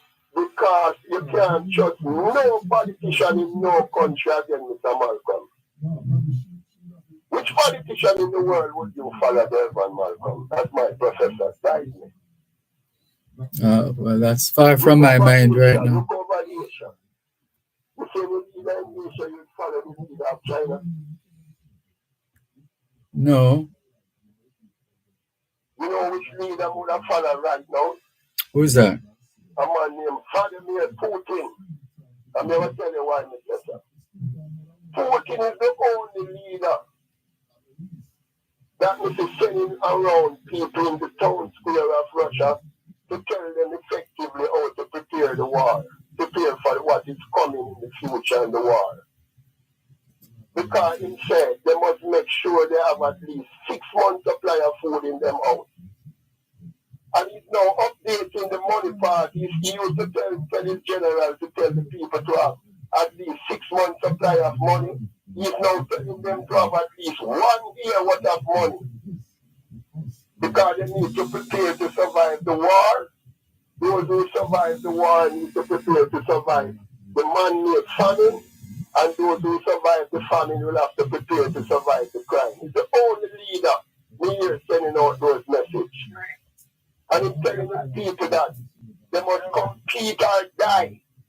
And they must learn to think for themselves, get information for themselves, and break it down for themselves, and take a personal responsibility for their existence on earth. Do you hear any leader telling the people them that, Mr. Malcolm? In Jamaica? No. And guess what Putin did too? Before making a policy decision in the war, he sent the documents to the Russian Orthodox Church, the leader of the Russian Orthodox Church, for them to test it with their religious culture to see if he's violating any Russian religious culture. That's a serious man. Because he's telling them that he's protecting the interests of the Russian children. Huh? No, Mr. Malcolm. Mr. Malcolm. Hello? I am listening. Jamaica going to need a joint of government, Mr. Malcolm, to fight World War III. To help the Jamaican people to navigate World War III. You know? We're going to need Mark Holding, who getting $24 million a year for his salary, plus a lifeline pension, plus medical, plus gardener, plus secretary, plus everything. And he's still a CEO of one of the richest countries in the Caribbean. And Mr. Dr. Andrew Holness, who is getting $28 million a year for him pay, to sit down around the table with the ministers who have lifelong pension and then decide the best fit for Jamaica, you know, Mr. Malcolm, during World War III and the Great Reset, you know. This is not a daddy-house world anymore, you know. Mr. Malcolm. Serious business. This is not Dandy Shandy we're playing. I let me leave you with this as my professor. Did you know that they have a case down there in the Court of Appeal now?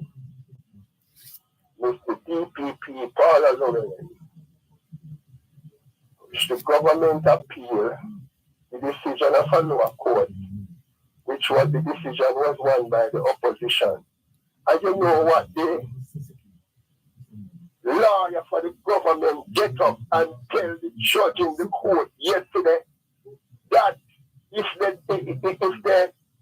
say no Miss Llewellyn, it will affect her pension.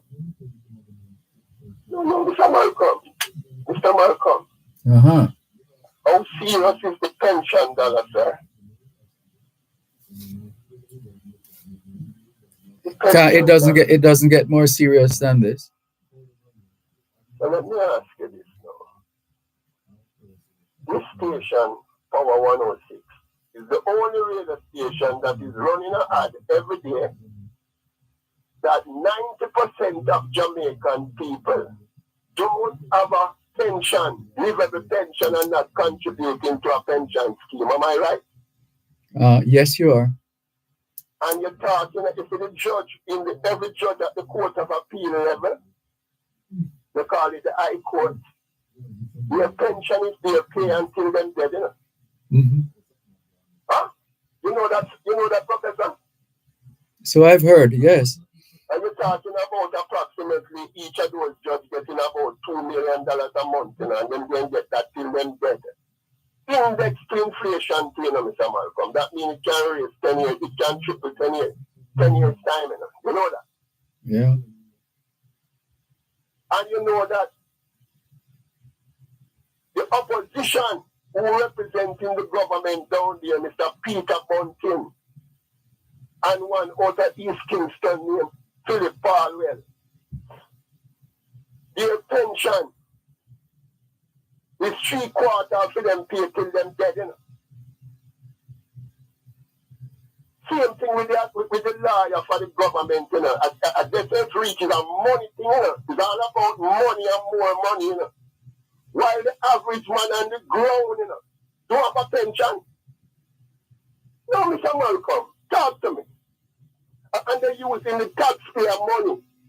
Every dollar when you're spending at the supermarket and buy food and clothes and cigarettes and liquor and cash back. And then so the money comes from to pay all of these pensions and the prime ministers and the whole of them till them dead, you know. And the poor people contribute to that. Now the money in the pens, you know. And the Jamaican people just still don't ever be talk about PNP and JLP politics. While Vladimir Putin are telling people that in Russia and take out him big mega bomb this morning to show the West that them can't kill Russian children with them missile. And he's telling America to come out of Russian business. Huh? Not for the first time. So tell me this, Professor. I ask you this. I come to you for guidance every day. I missed you last week in Dervan. Mm-hmm. But you work hard last week, Dervan. I must commend you for that. Thank you. You have a lot of energy. I try. I don't know where you get your energy from. But I like your acumen, you know. Respect you, Dervan. I said, Dervan Malcolm can work. And Dervan, let me ask you this now. You see the money that we are quarreled about in our health sector, eh? Yes. If you check the money that we spending on our prison system and crime, if we were a peaceful people living in love and kindness and stop carrying malice and grudge and bad mind against one another, we would have a first-class health system, you know. And the investment that those diaspora keep the conference, you know. Go foreign, you know. Because when slavery abolished in Dervan, they will run the black people them off of the plantation, you know. And then they give them no money, you know. And you have a group of diaspora go up to New York and go in all over the globe and go make a living for themselves and send back a remittance which is bigger than the tourists. All the tourist thing what them talk about. The remittance money bigger than it, you know. And they're planning to come back now to invest in a country. And we black people, while Europe and Asia fire big gun, we still a war against one another. And the PNP and the JLP can't unite the Jamaican people around a common cause from 1962. Then what we paying them for, Mr. Malcolm? Talk to me, Professor. What are we paying these people for? Yes. To divide and conquer. Yeah, it's a matter of priorities, you know. I mean, those of us who are serious about getting the job done are busy focused on priorities. Those of us who have other ideas would perhaps be unable to tell you anything about priorities because that's not what they're accustomed to. So let me ask you this. You don't have to answer. Do you think a lot of Jamaicans have been abandoned? Or are our leaders, a lot of them, consciously or unconsciously, are using the Jamaican people as a sacrificial lamb? No, I don't have the evidence to go that far. It's a conspiracy theory.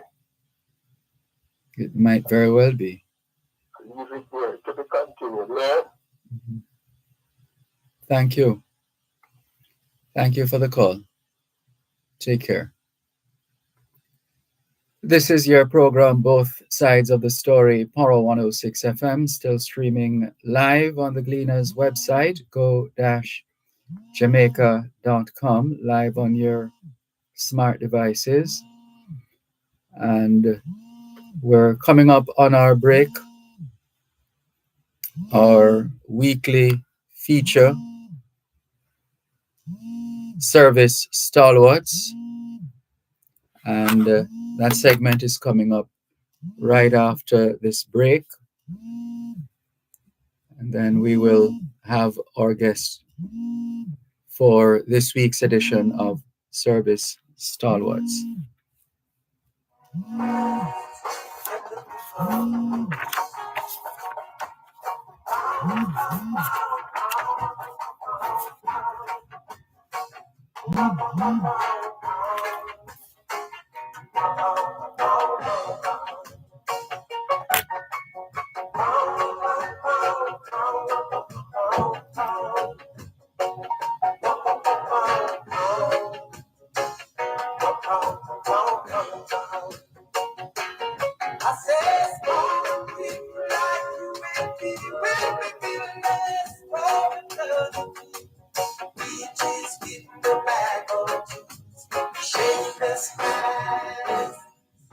At Wellington Dental, they offer cleaning, filling, whitening, and other services for the entire family. The time by Wellington Dental is 4 o'clock.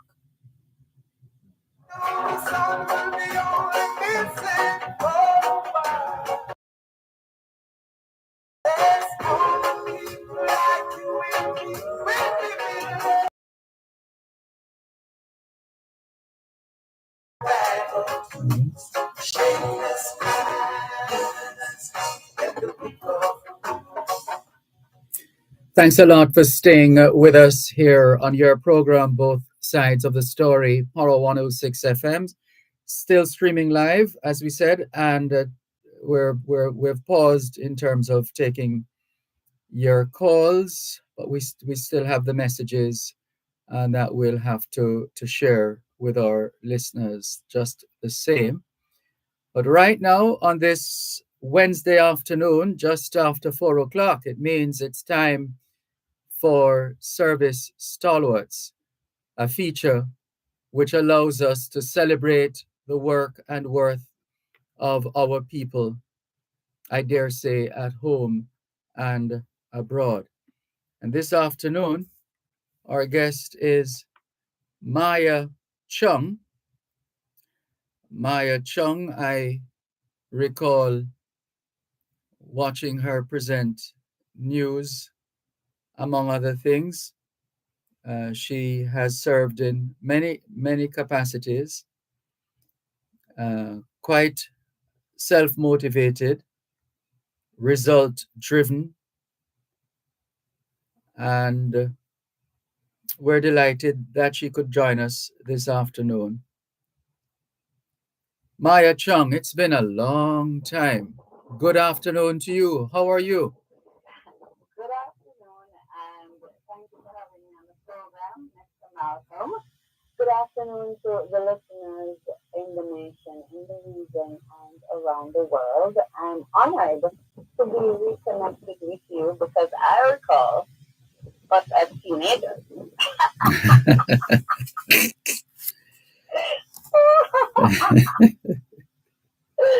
How's it been, Dervan? It's been well. It's been good. We can't complain. No, yeah, I know. And congratulations on your illustrious work and that of the Power team.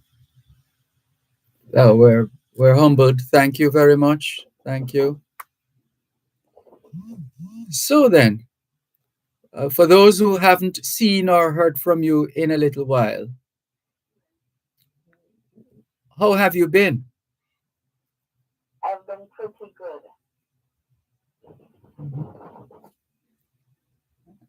And it sounds like the wind conditions continue. I'm on my yacht in the Caribbean Sea. I'm just kidding. That was my fan, and I just erased it because I checked the background and I was told it was okay. Sorry about that, listeners and Mr. Malcolm and the Power team. No problem at all. Well, let's continue the conversation. Maya Chung, how much of your childhood do you remember? Quite a bit of it. And it was in the theme of the argument that I'm guessing that we'll be evolving into. Mm-hmm. I attended Williams Preparatory and Campion College, and at the high school that I went to, there was a great push for academics as well as extracurricular. And then at the prep school level, being raised in the church, there is that be your brother's keeper. So from at a very young age, 6, 7 years old, you're taught how it is to, even before you attain the level of sophistication of a secondary education, you're taught how it is to be a brother's keeper. And obviously, beneath the age of 10, they don't pitch it to you like that. They pitch it to you, be a good person to your friend and join school clubs. I was a brownie in prep school. And none of these activities are activities that my parents had to, coerce into, you have to do something. I was naturally gravitationally pulled to things that extracurricular, like I did sports, but I preferred things where we assisted persons. So I got into the Campion College at the age of 10, and I joined a plethora of clubs. Mm-hmm. And the one that stands out to me the most, this is where you have to stay on the honor roll. So at Campion, it doesn't matter who you are. If you're going to be a student there, it's strong in faith and work.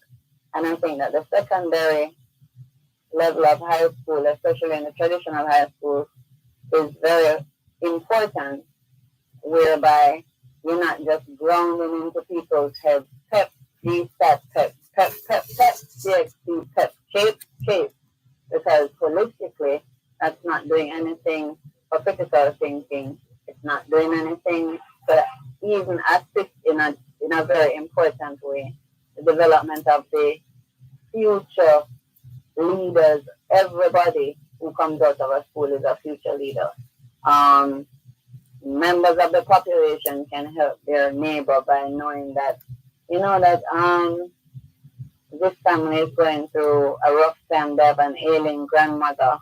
Uh-oh. You could check them out if it's your actual neighbor, like next door, and you're cool and all of that.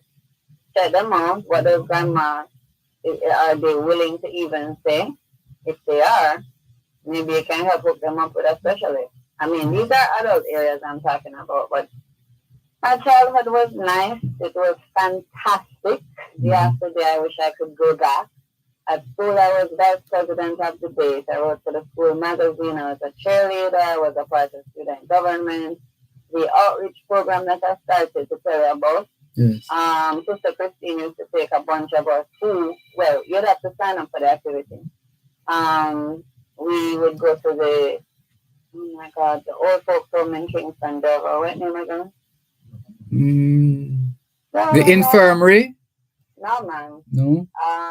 It's quite there right now, but it houses the elderly who are left in a like a social security way. It's not like a private thing, but everybody know the name. I just can't remember it now. And every Thursday, this is after studies. after possibly other extracurricular, we used to jump in the school bus, go over there, feed them, interact with them, sit with them, talk with them. And this is an initiative of Camden College. It's not Curfew Place, is it? No, sir. Okay. If I said a name, I'm ready to research. It's in Vineyardtown vicinity, St. Joseph Hospital. Oh, I don't okay. know why that thing, but anywho, I was a homework monitor, I was a farm captain, and so a lot of my service tendencies, they were molded in the home because it takes the parent to allow you to do the various things. And then into the wider area, because even as I balance those things, I was writing for the newspaper from between 10 to up to 16. Yes. So is it the Golden Age Home in Vineyardtown? Yes, the Golden Age Home. Mm-hmm. Yes, the Golden Age Home. Mm-hmm. Mm-hmm. So what was that like? It was nice. First of all, there's no forcing into. So the kids that volunteer to do that, you would probably find like a bunch of us in the media world. As a journalist myself, I find when I went to college to do that, I find that it tends to bring a certain set of personalities. So you have tendencies towards things. You get a chance to explore them. The kids that went there, and we were always led by the Jesuit, Sister Christine, they had similar tendencies. They wanted to help. We would talk with them, and this was an every Thursday commitment. And I lived in Waterhouse. After that, I had to jump on a bus in public transportation to go home. I never felt no way, possibly because I'm a kid at the time, and I loved it. So, yeah, just random, no, the antithesis of random, deliberate act of involvement whereby somebody is assisted. It didn't just grow up out of the sky. Yes. And how would you characterize your approach to life, your outlook? Well, my outlook to life is I am excellent. Okay, Dervan, you mean me specifically? Yeah. Like, okay, not general. Okay, yeah, that's in retrospect, that's like a ridiculous question. I'm excellence driven. I'm just excellence driven. I remember, and it's so weird that I have this interview. I just recently had to have a dialogue with somebody about it. I remember being in school at 10 and 7 and being asked by my mother. Well, I think it was a comment. I'm an honor student throughout the various schools I've attended. Not every school I attend. So right up to college. So from prep school, my mother used to say, my father used to say, he was, as a child, he was afraid I was going to become a workaholic. And then this is as a child. And then in prep school, my mother would always say, boy, you don't have to get so hard on the homework, But my homework had to be pristine and have the stamp on the badge of the quality of my chunk. That is in school. Let me tell you something. I was so frightened when the parent come and say, boy, I think you've got this, girl, you can fall back on this. I used to do my homework like nobody's business. It has to be different. So I think, I don't know if you would want to say, you, Dervan, would want to say if that is a comment on my personality, but my personality is excellence driven. You haven't seen the best of me yet. The world. Yeah. And I like being excellent. That's my outlook. But I'm not gonna take credit for it. It was not an innate compilation is there, but my parents were really crucial in fostering it, and I have to tip my hat to them. RIP. Where the summer interest lie, as long as my, but then the flip tip is, it wasn't only in me. On the flip tip is, as long as my schoolwork was done, but that was never a discussion in our household because my schoolwork would be done like weeks in advance. So I ended up in grade 6 when I was 7 years old, and I spent a day in grade 4. They would not allow me to take the common entrance exam at 7. And so the government, and I think they thought it would be dangerous. I wouldn't want to go to Champion at 7. Yeah, I mean, Dervan, come on. You don't tell me you're 7-year-old there in high school. No, that was an exclamation. I was like, whoo. Oh, whoo. I thought you said whoo. No. Yeah, for real. I was angry because I kept doing the same work over and there was no... You were not being, you felt like you weren't being challenged. No, I'm never got no challenge. I mean, and that again allowed me to start writing, and I used to make my own magazines, like sit and I'd send out my work, right? The first piece was published in the Gleaner at 10 years old, but not in, because of the anonymity of print, which is why I said I'm a print major at the journalism place. Karima, University, good afternoon. Thank you for your great education. I used to practice like between the ages of 10 to 13. I developed my own magazine. And oh, wow. Yes, but I was small. And I'd have the whole magazine, I'd write all the articles, and my audience was my mom and my grandmother and my father. Tell us some more after the break, please. You're listening to Pearl 106 FM. The time is now 4:15. Are you looking for a powerful platform to promote your business in North America or the UK? Look no further than The Gleaner. Reach the diaspora and ignite brand awareness through your geo-targeted publications. Call 876-922-3400 or your Gleaner representative to explore the available options and book your ads. Or email us at advertising@gleanerjm.com. Actualize your brand's potential today with The Gleaner, where life unfolds.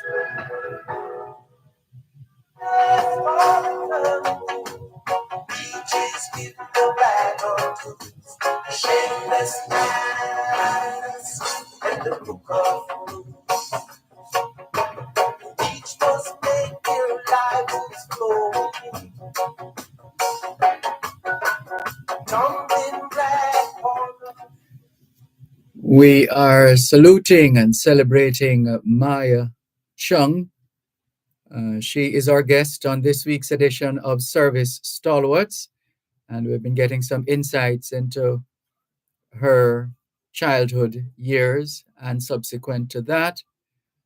And she was about to tell us some more when we had to take the break. Thank you for holding the line, Maya Chung. Welcome back. Welcome. Thanks for having me again. Mm-hmm. You want me to continue? Yes, please. All right. So here I am, and I'm writing and I'm reading. Writing. I used to plan my summers around my allowance, and we never have no money for no summer school, right? You don't know. So saving my allowance, I bought a plethora of books. Then my father and my mother are intellectuals, so the whole other house full of books. So I'd spend my summers reading, and I loved it. So I was right in it. I both read and write to the point where on my resume it says hobbies, reading and writing. And my mother come from the 60s. She was born in 1950, right? So she used to say, "I didn't put arithmetic." Do you know that phrase there? Reading, writing, and arithmetic. So I started sending the letters. I get verb, Cosmo. At the time I 11, you know. What? And 12. Yeah, man, and the people that write about them say, yo, you just play talent and sing, but we can't use it. Hey, I'm gonna tell you something, you know. When you get nominated for a Grammy or Oscar, the nomination, the letter they need to get, my chum, that time I don't reach that yet. I'm on the cusp of thinking, damn, these people take me seriously. And they went, there was a period I was trying to fake it till I make it. And then when I reach out to it, so you must know. So me used to start like some Shakespeare thing like, he hath us, Dervan, how are you? Thus and hath. So one editor, I think it was a Vogue editor, right me back and said, you are so promising. However, I think you should write in a more contemporary. It was sounded like a bad of lunacy. However, hey, you see, when you don't live in Hollywood, or you're not growing up in Hollywood or in Joburg, these are the things that egg you on. So pretty much 10 years old publishing in the proper Daily Greener. Then 12 years old publishing the children's own. And then from there it was just an onslaught of Maya Chang. And then one time, because before Franklin McKnight began the Herald, he actually was I think he oversaw the art and education pages of the Greener, the great Greener. And he called me when I was 15 years old, and it was the first short story that they published. I mean, I'm still in school doing everything and the kitchen thing. And he says, did this really happen? I think he was being facetious, but I was so young, I was just more stunned that he identified him. Yeah, this is Franklin. Oh, it's an open thesis story. And he's like, wow. Did this really happen? Because I wrote about a murder that I committed. And I just, my first JCDC award, prior to even meeting you personally, was in poetry and prose. Hello? Yeah, man, I'm here. Oh. I was wondering if you were there. Yes. Yes, so it was my first national awards were at the Jamaica Cultural Development Commission, where we submitted our literary contributions. Most people don't know that because I've had a plethora of things happen to me before I turned 15 in terms of on the road to my career. So, but people will know Dervan, know that he's on power, but other people knew you when you were coming up. So it's the same thing. Yes. You can go ahead. So in terms of I get the impression you have done quite a bit in terms of your professional development and advancement. Yes, yeah. I have. And let me tell you, very honestly, I had great people around me, Dervan. Do you remember the days when adults were really adults and they were cool and they didn't abuse children and send them to become near the world? You remember those days? Yes. From out the block, kindergarten, come straight up. I've had an older, wiser person who's seen my talent and guided me. They didn't crush me out because of envy or jealousy. Not at the time. They, in fact, facilitated me. So by the time I'm 17, I lied about my age and asked Mr. McKnight to hire me as a journalist. Do not blame Mr. McKnight. He saw me as talented, and as such, he gave me the position. Would you like to hear? Please. So here comes I at 17. So I finished my CFC distinction, move on to 12th grade, but doing my thing. So as I said, our thing did roughish, you don't know. And so mommy and daddy said, you can, it's a family time now where we need to pull together. You've done the 60s, if you can get a job and work so that we can all pull together, which is my family way from I know myself. Yes. I was very scared because I was only 17 and I'm thinking, it's going to hire me. And I felt despondent And there was this lady at my school, she taught English and she wrote for the newspaper, she wrote for the Gleaner, and she's not from here. My teacher's name Marie Gregory. And she came up to me, see me in the school yard when I went to check her and tell her, yo, miss, I cut out today, you don't know the family things and we need extra cash and yada yada. And she said to me, Maya, I'm from England and as you know, I'm here because she's Caucasian. As you know, I'm here, so I have made my home here because my husband is Jamaican, and Jamaica is one of the few places that I've been and that was then, not now in wherever where. But that was then. She said it's an applicable universal term to all races, I think. She said Jamaicans are mired in there's only one way to get to the objective. She must have seen the objectivity in my face because I love school. I love learning. And when she said it in a Dervan, I said, Bonnie, it inspired me and it hurt me because I said, boy, man, where you come from? And but I didn't say that. I thought it. But then, here comes everybody in my mom's office, and but my is a renowned writer. I started to submit some applications to the writing houses, media houses. So I started at 17 and I wrote this letter, right?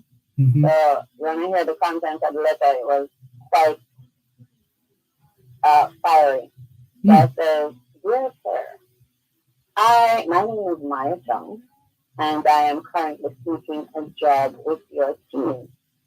I am motivated, self-driven, talented, enthusiastic, and basically wrapping the rest up. Why this whole entity going crazy if you don't hire me now? You know how ridiculous in hindsight I must have. She said, "True." I don't think he hired me on that because Mr. McKnight was very familiar with my my honors from school, all of those publications across the country and in other countries, the JCDC. So I had a resume, which is why I stop at this moment to do some service style routine. People encourage their kids to develop a school resume and put them into the JCDC competitions, other avenues in where their interests lie. Please help them. I did this for my children. It is sensible. It is one of the credos of champions. All around, not because you're a fancy sports student or a fancy. I did track. I was on the reserve for swim team, and I did lawn tennis, which sound a little bit airy here, but moving on. Gave me the job. I was a junior reporter, so I never interned. And I just went straight into journalism with him as my mentor and guide. Mr. McKnight kept me at that computer, you know. I turn prose and composition style stuff into dress. I say, yo, when they had this computer Dervan till about midnight, yo, every time he come in like Karate Kid. Wax on, wax off. I carry in my copy because you don't mind. Okay. He's not one of those. If you know Franklin, he's not a shorter and not rough either. So you have to turn this upside down with the pyramid and the most important. So children also mine, I fought men in tournaments and I have never cried. I must cry and I'm not a crier. It paid off within 3 months. I actually won the nationally offered journalistic prize for business reporting. So I was 17 and 3 months old in the place. It was offered by the government of Jamaica in association with the government of the Netherlands, educated by Agri Irons, Marion De Bruin and John Maxwell. They were all journalists from all the media houses submitted. They alleged that the first batch it was 4 prizes. The first batch for the 4 prizes, everybody's journalistic reporting in the business area was poor, And then I submit my stuff under the guidance of Franklin McKnight, and I won both prizes. And then people started to speak of, who's my job? Who's my job? Where's the teacher here? Where is she? They called the place. Then the prize was actually to go to Kenya and Zimbabwe at the time, and to do business reporting on micro enterprise businesses there. I got carte blanche from the office of the Prime Minister at the time, fully funded by the Netherlands, and bring back radio reports, bring back television footage, because I had a camera crew when first class diplomatic class. My father, now, in a rage of panic, said, I'm going to come down there. We're not going to know. I've never left the country, Dervan. I'm going to tell them all you are. I said, Daddy, I said, when you look at that, you put me right or something. I understand it now, and why I really don't know how I actually managed to get the cojones, but I guess I don't know. And then at the award ceremony, they waived the entrance exam for Karamak, and they invited me to just come to the school. If I didn't have to come, but I didn't want to come at that time.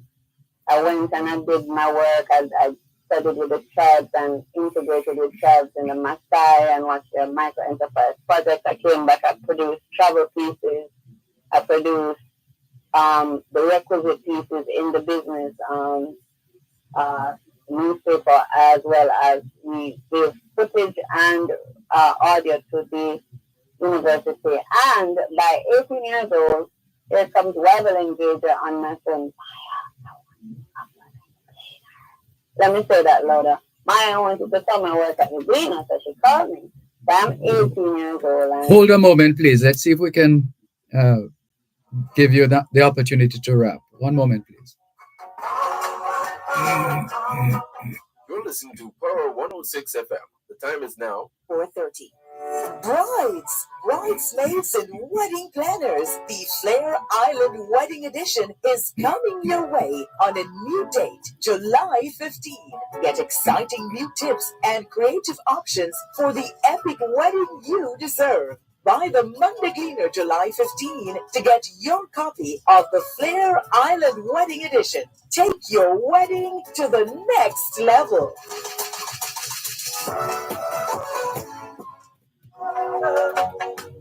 Beaches with the raggle, shameless ass, and the book of We're just about getting ready to wrap this week's edition of Service Stalwarts, and we thank Maya Chung. I tried to see how I could introduce her, because she's so multifaceted. She's a long-time media practitioner and a businesswoman, quite frankly, and one who is quite compassionate, very compassionate, and giving in terms of supporting those in need, among other things. So we could actually go on for quite a while, Maya Chung, but it looks like we're going to have to serialize this interview. Not necessarily. I'll wrap that part to say Gleaner became one of the most biggest platforms, and in those circumstances, I saw the honor in the profession of being a journalist, because a journalist can help families to stay safe when it's not safe on the road, and that's how I took it. Fortress State to the max. I come from Waterhouse.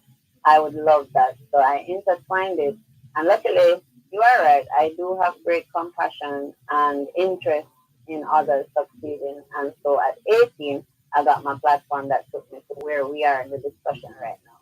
Mm-hmm. Right. And what does this moment feel like, considering where you're coming from to where you are right now? Was it part of a plan, or did it just happen? It's a commingling of my personal strategy and desire with destiny. I believe in destiny and I believe in God. There is nothing that is standing in and of itself. So where I am now would not have happened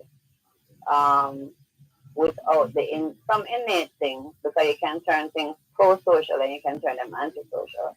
Where I am now, I'm very honored, Derval. I'm honored to serve at all times. I literally was walking into my office and saw a mother beating a little baby kid in the road, and I went over and they could have stopped me. I'm very honored to be where I am. I'm very blessed, and I want to say thanks to all the persons who put me in a position. Naturally, everything was dog work, Derval. Nobody handed. There's a difference between catalyst, facilitation, and so on. Everything is to me accomplished. Painting, I paint for like 9 months. So I feel very honored to be in the place that I am in. I was enabled by the platform of journalism to found the first autism and Disabilities Foundation in the nation in 2008. We turned 16 this year, and we have never stopped working. We have impacted the lives of hundreds of thousands of people here. I was appointed by Cabinet to advise the Minister of Labor and Social Security. Upon the founding of that, we have won international as well as other awards. We've opened a conversation that apparently was kept under wraps regarding the whole autism and disabilities community in this country. So that in and of itself, to know that I am the service that you want to do. Because I don't know about other people, but I didn't start this organization because I wanted to be seen. My youngest son has autism, and I was looking for information. And there you go again, journalistic strategy taught to me by the great and by good people. And when I saw that as a vacuum, I decided that here's where I can serve. Service can also lead you to discovery of things that assist you. One of the greatest things that I'm seeing now is autism focused teaching at the micro at a level it never was, and it's measurable anecdotally. Everything is measurable. Where our foundation has been and is still, we actually enabled millions of dollars to be pumped into autism specific institution therapies over 16 years. Year after year, we stopped the deportation of the diaspora and Jamaicans living overseas with autism when it came to those kinds of things. And we started that work around 2012, thereabouts 2010. And it has evolved way beyond what I thought. We started the first autism kiosk at the Tom Redcom Library in association with Courts Jamaica Limited and the Jamaica Library Service, where we set up an entire area of source material, reading material. Anybody that works with us and does their thesis of any kind, so whether you're doing medical research or any other types of related autism research, those things never existed before, and it is actually trackable. So when we started to blast in 2008, I have to say a special thank you to my son, Sing, who was about 8 at the time, when he said, "Mommy, you should start a foundation." Didn't think of it, and if it wasn't for him, I wouldn't have done that. Mm-hmm. Yours is a remarkable story, and we want to congratulate you on all that you continue to do. You have never ceased, and we trust that we have been able to do some level of justice to your achievements. Thank you so much. I really appreciate this opportunity, and I will never not because I didn't give it to you and you decided to allocate your time, you, your listenership, and the entire team. And this is a great program, and you're all at the Power 106 doing an excellent job. Well, thank you very much. We're humbled to hear that. And but I like to say, you are the ones doing the heavy lifting. I mean, we just feel privileged to be able to share your work, your story at home and abroad.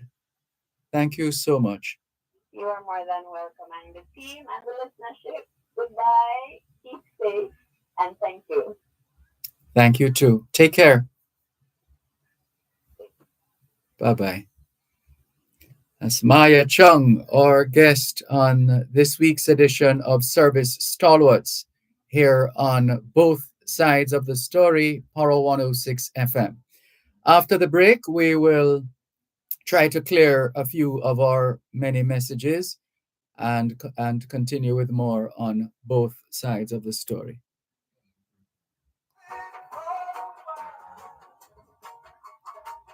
Closing? We have a closing? Oh, okay.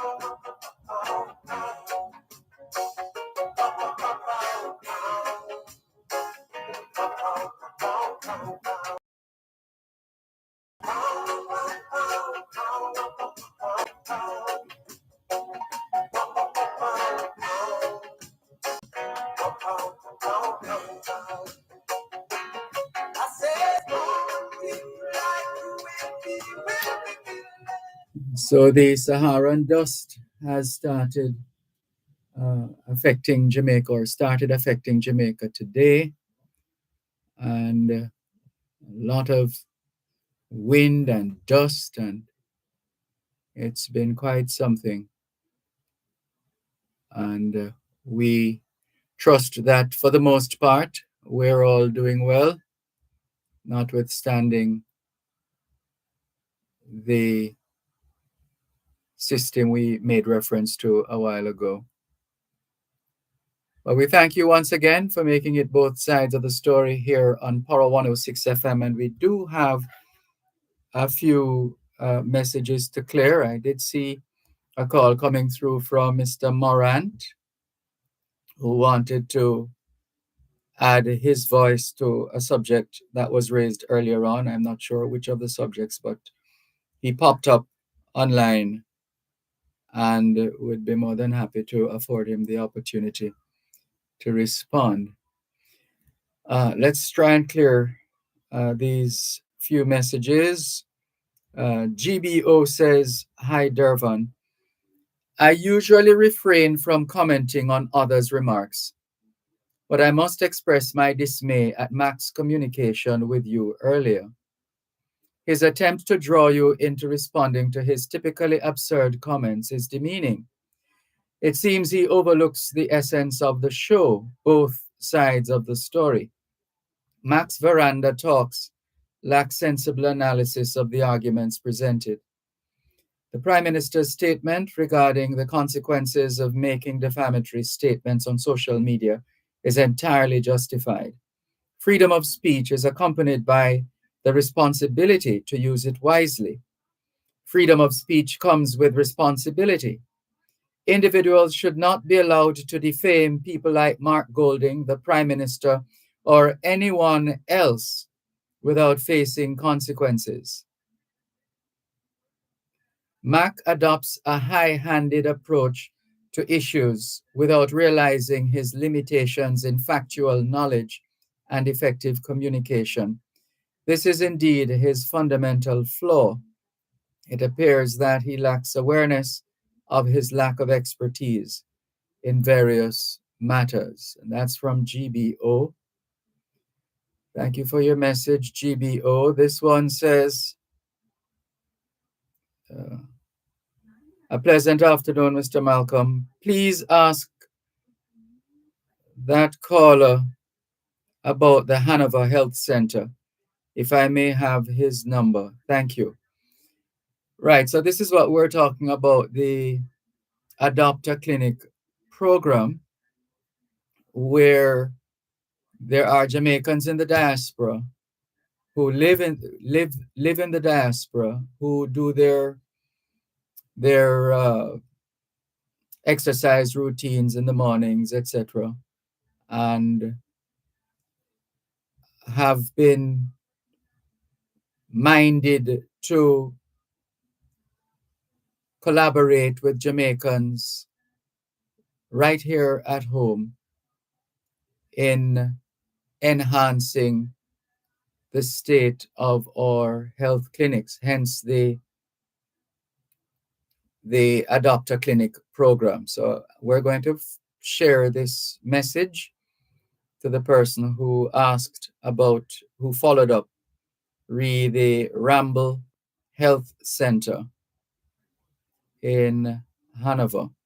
So we'll share her information with her like-minded colleague and see how far that can go. So thank you very much for following up, and we will, in fact, we're just making sure we put the information in the right place so that we don't miss it. Let's go to the break and come back.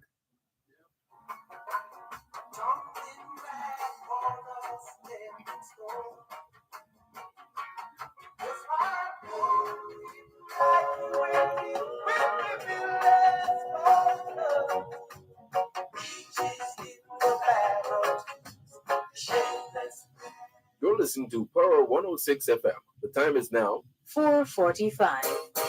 Taxpayers, pay your taxes online at www.jamaicatax.gov.jm with a valid credit card or debit card with credit card functions. It's safe, quick, and convenient. So many options: BNS electronic direct deposit, NCB online banking, and direct funds transfer. Android users, you can pay through our mobile app. Call 888 Tax Help for details. Tax Administration Jamaica, working together to serve you even better.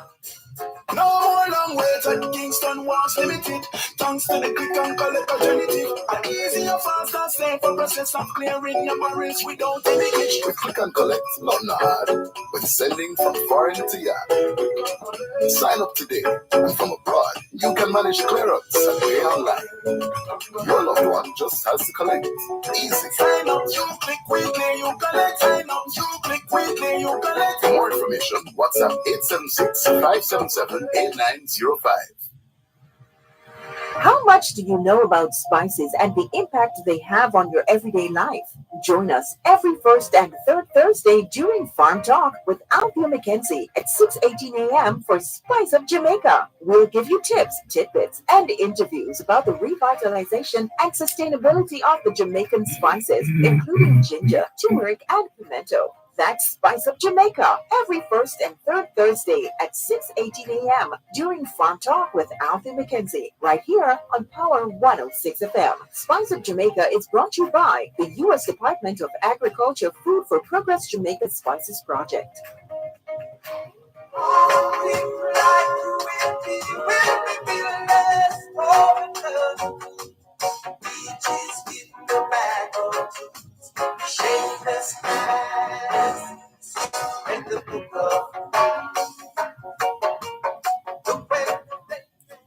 And here's another message on both sides of the story, Poro 106 FM. This person says, please ask, where does it start? I saw it just now. Please. Jamaicans.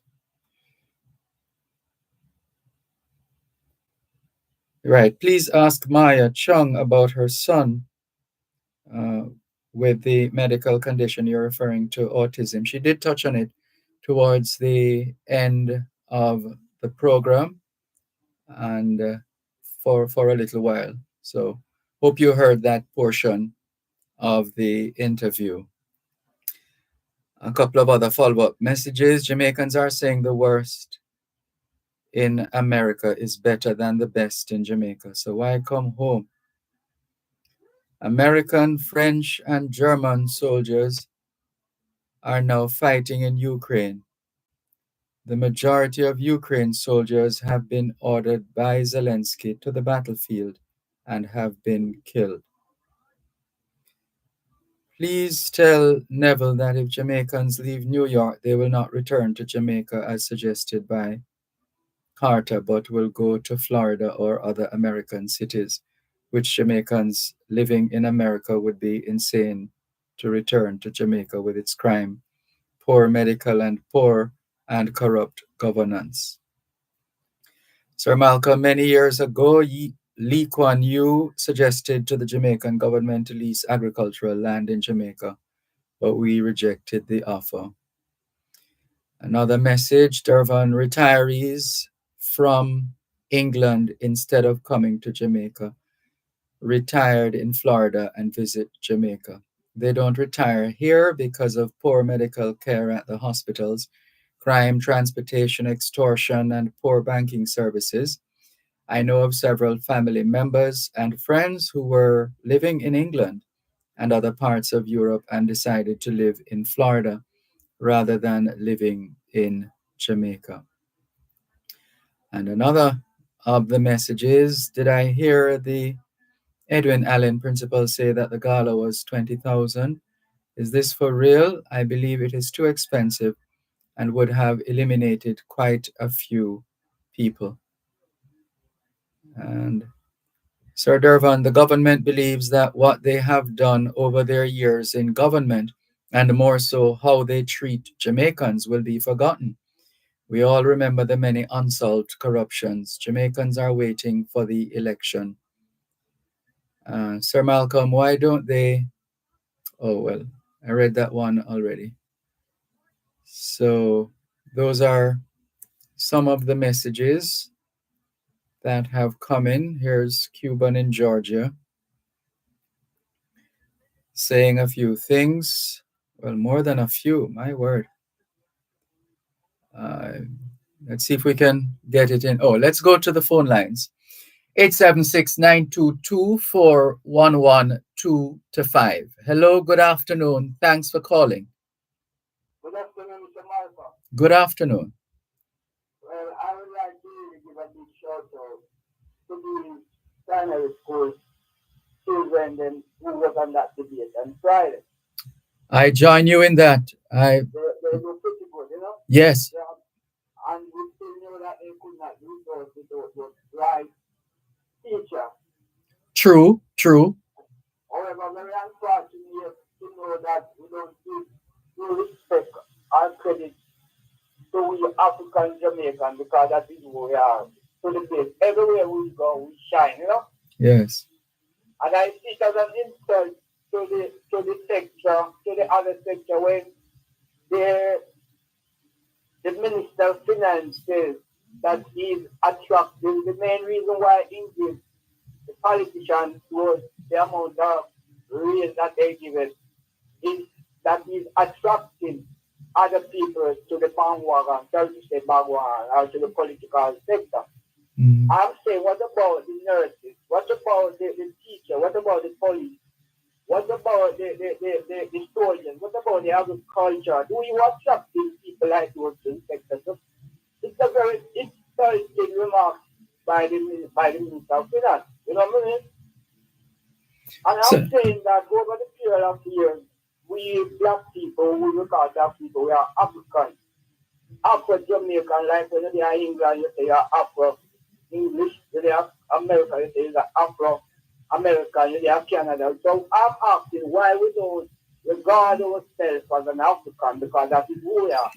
Well, nobody can stop you from regarding yourself as such. With or without them, you are who you are. Well, that is true. Because when you ask a Chinese born in Jamaica, who is he? We say, I'm a Chinese born in Jamaica. When you ask the Indian says, I'm an Indian born in Jamaica. But when you ask a black person, and say, I'm Jamaican, you know, say, I'm an African Jamaican. I am saying I give thanks to these bright people that we have in Jamaica. And I'm asking what the government is doing to stop all our teachers and nurses to leave our country. All they ask for is just something more to their wages, which they keep their checking to and family. Yet the Minister of Health is saying that he's looking forward to if to get nurses from overseas come full this year of the nurses that leave. And when they bring those nurses from Paris, you got to pay them much more than what you have paid because it's a must, you put them in a hotel, you put them in a somebody's spot and you still have to pay them a proper wage. At the same time, we Jamaicans here, or we African Jamaica, you give us just what you think. It cannot work. We must get up today, dear man, and know. They call us before we have said, these politicians, them are we who are on behind the green and the yellow. Why we don't show ourselves? Because all these politicians is doing is use us for their own convenience. Keep in mind, I don't go to the park when they're there. Why I don't go? Because I don't see what the government them are doing to the people of Jamaica. But Marley say ambush in the night. Say let no politician get no favor. All they gonna do is use it forever. When we're hungry, the brother has to be the target. You don't have to make your brother be a target. It's time for we as Jamaican Africans to do it and say, who are we killing? In our board, rather than sister. And under the color of green and yellow. It's sad. Why don't we talk about Bob Marley to be the next hero? No, then now we talk about a Rasta man. But Bob Marley tried to do peace to Jamaican people between PNP and JLP. I'm saying that we must wake up and live. Because we fool some people sometimes, but we can't fool all the people all the while. Have a nice day, Mr. Malcolm. You too. Thank you. Thanks for the call. Take care.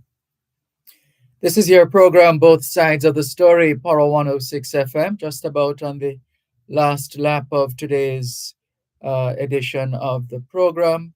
And we still have Cuban in Georgia. We're so sorry. This is an unending list of messages or thread of messages. I'm not sure how much of it we'll be able to go through, but this is quite a lot. Let's see. Sir Malcolm, when last any member of the diaspora got concession or duty-free access to the wharf to bring in hospital supplies for the public health services and hospitals in Jamaica? This administration has no idea whatsoever, and they need to get out of the way of progress, says Cuban in Georgia. Education and training is the vehicle she uses to make such a successful career, in reference to our guest earlier on, Maya Chung, and in giving and serving the people of Jamaica. Thank you for your service, Maya Chung. This one says, very educated woman for a young age. Brilliant. Sir Malcolm, Maya Chung makes me laugh. Very great interview. LOL, DWL. This one says, it's a shame when so much taxpayer money is missing from the Ministry of Health. Why should anyone take money from their pocket until we find the $770 billion? I would not give a penny. And was there any support given to the Rastafarian community for the trauma that this JLP government has caused to the Rastafarian communities? I haven't heard of any support and assistance. Well, I'm sure there has been some kind of reference here, and some action was taken, as far as I can remember, which can be easily checked. You can just Google that and you will see. And we're going to leave it there for today. It's a lot of messages. Quite a continuous thread. So we thank you once again for the privilege of serving you on yet another edition of your program, Both Sides of the Story. For today, Wednesday, the 26th of June, 2024, all things being well, Both Sides of the Story returns tomorrow afternoon, 2 to 5. Till then, this is Dervan Malcolm reminding all of us that every day is an opportunity to do better than yesterday. Take care.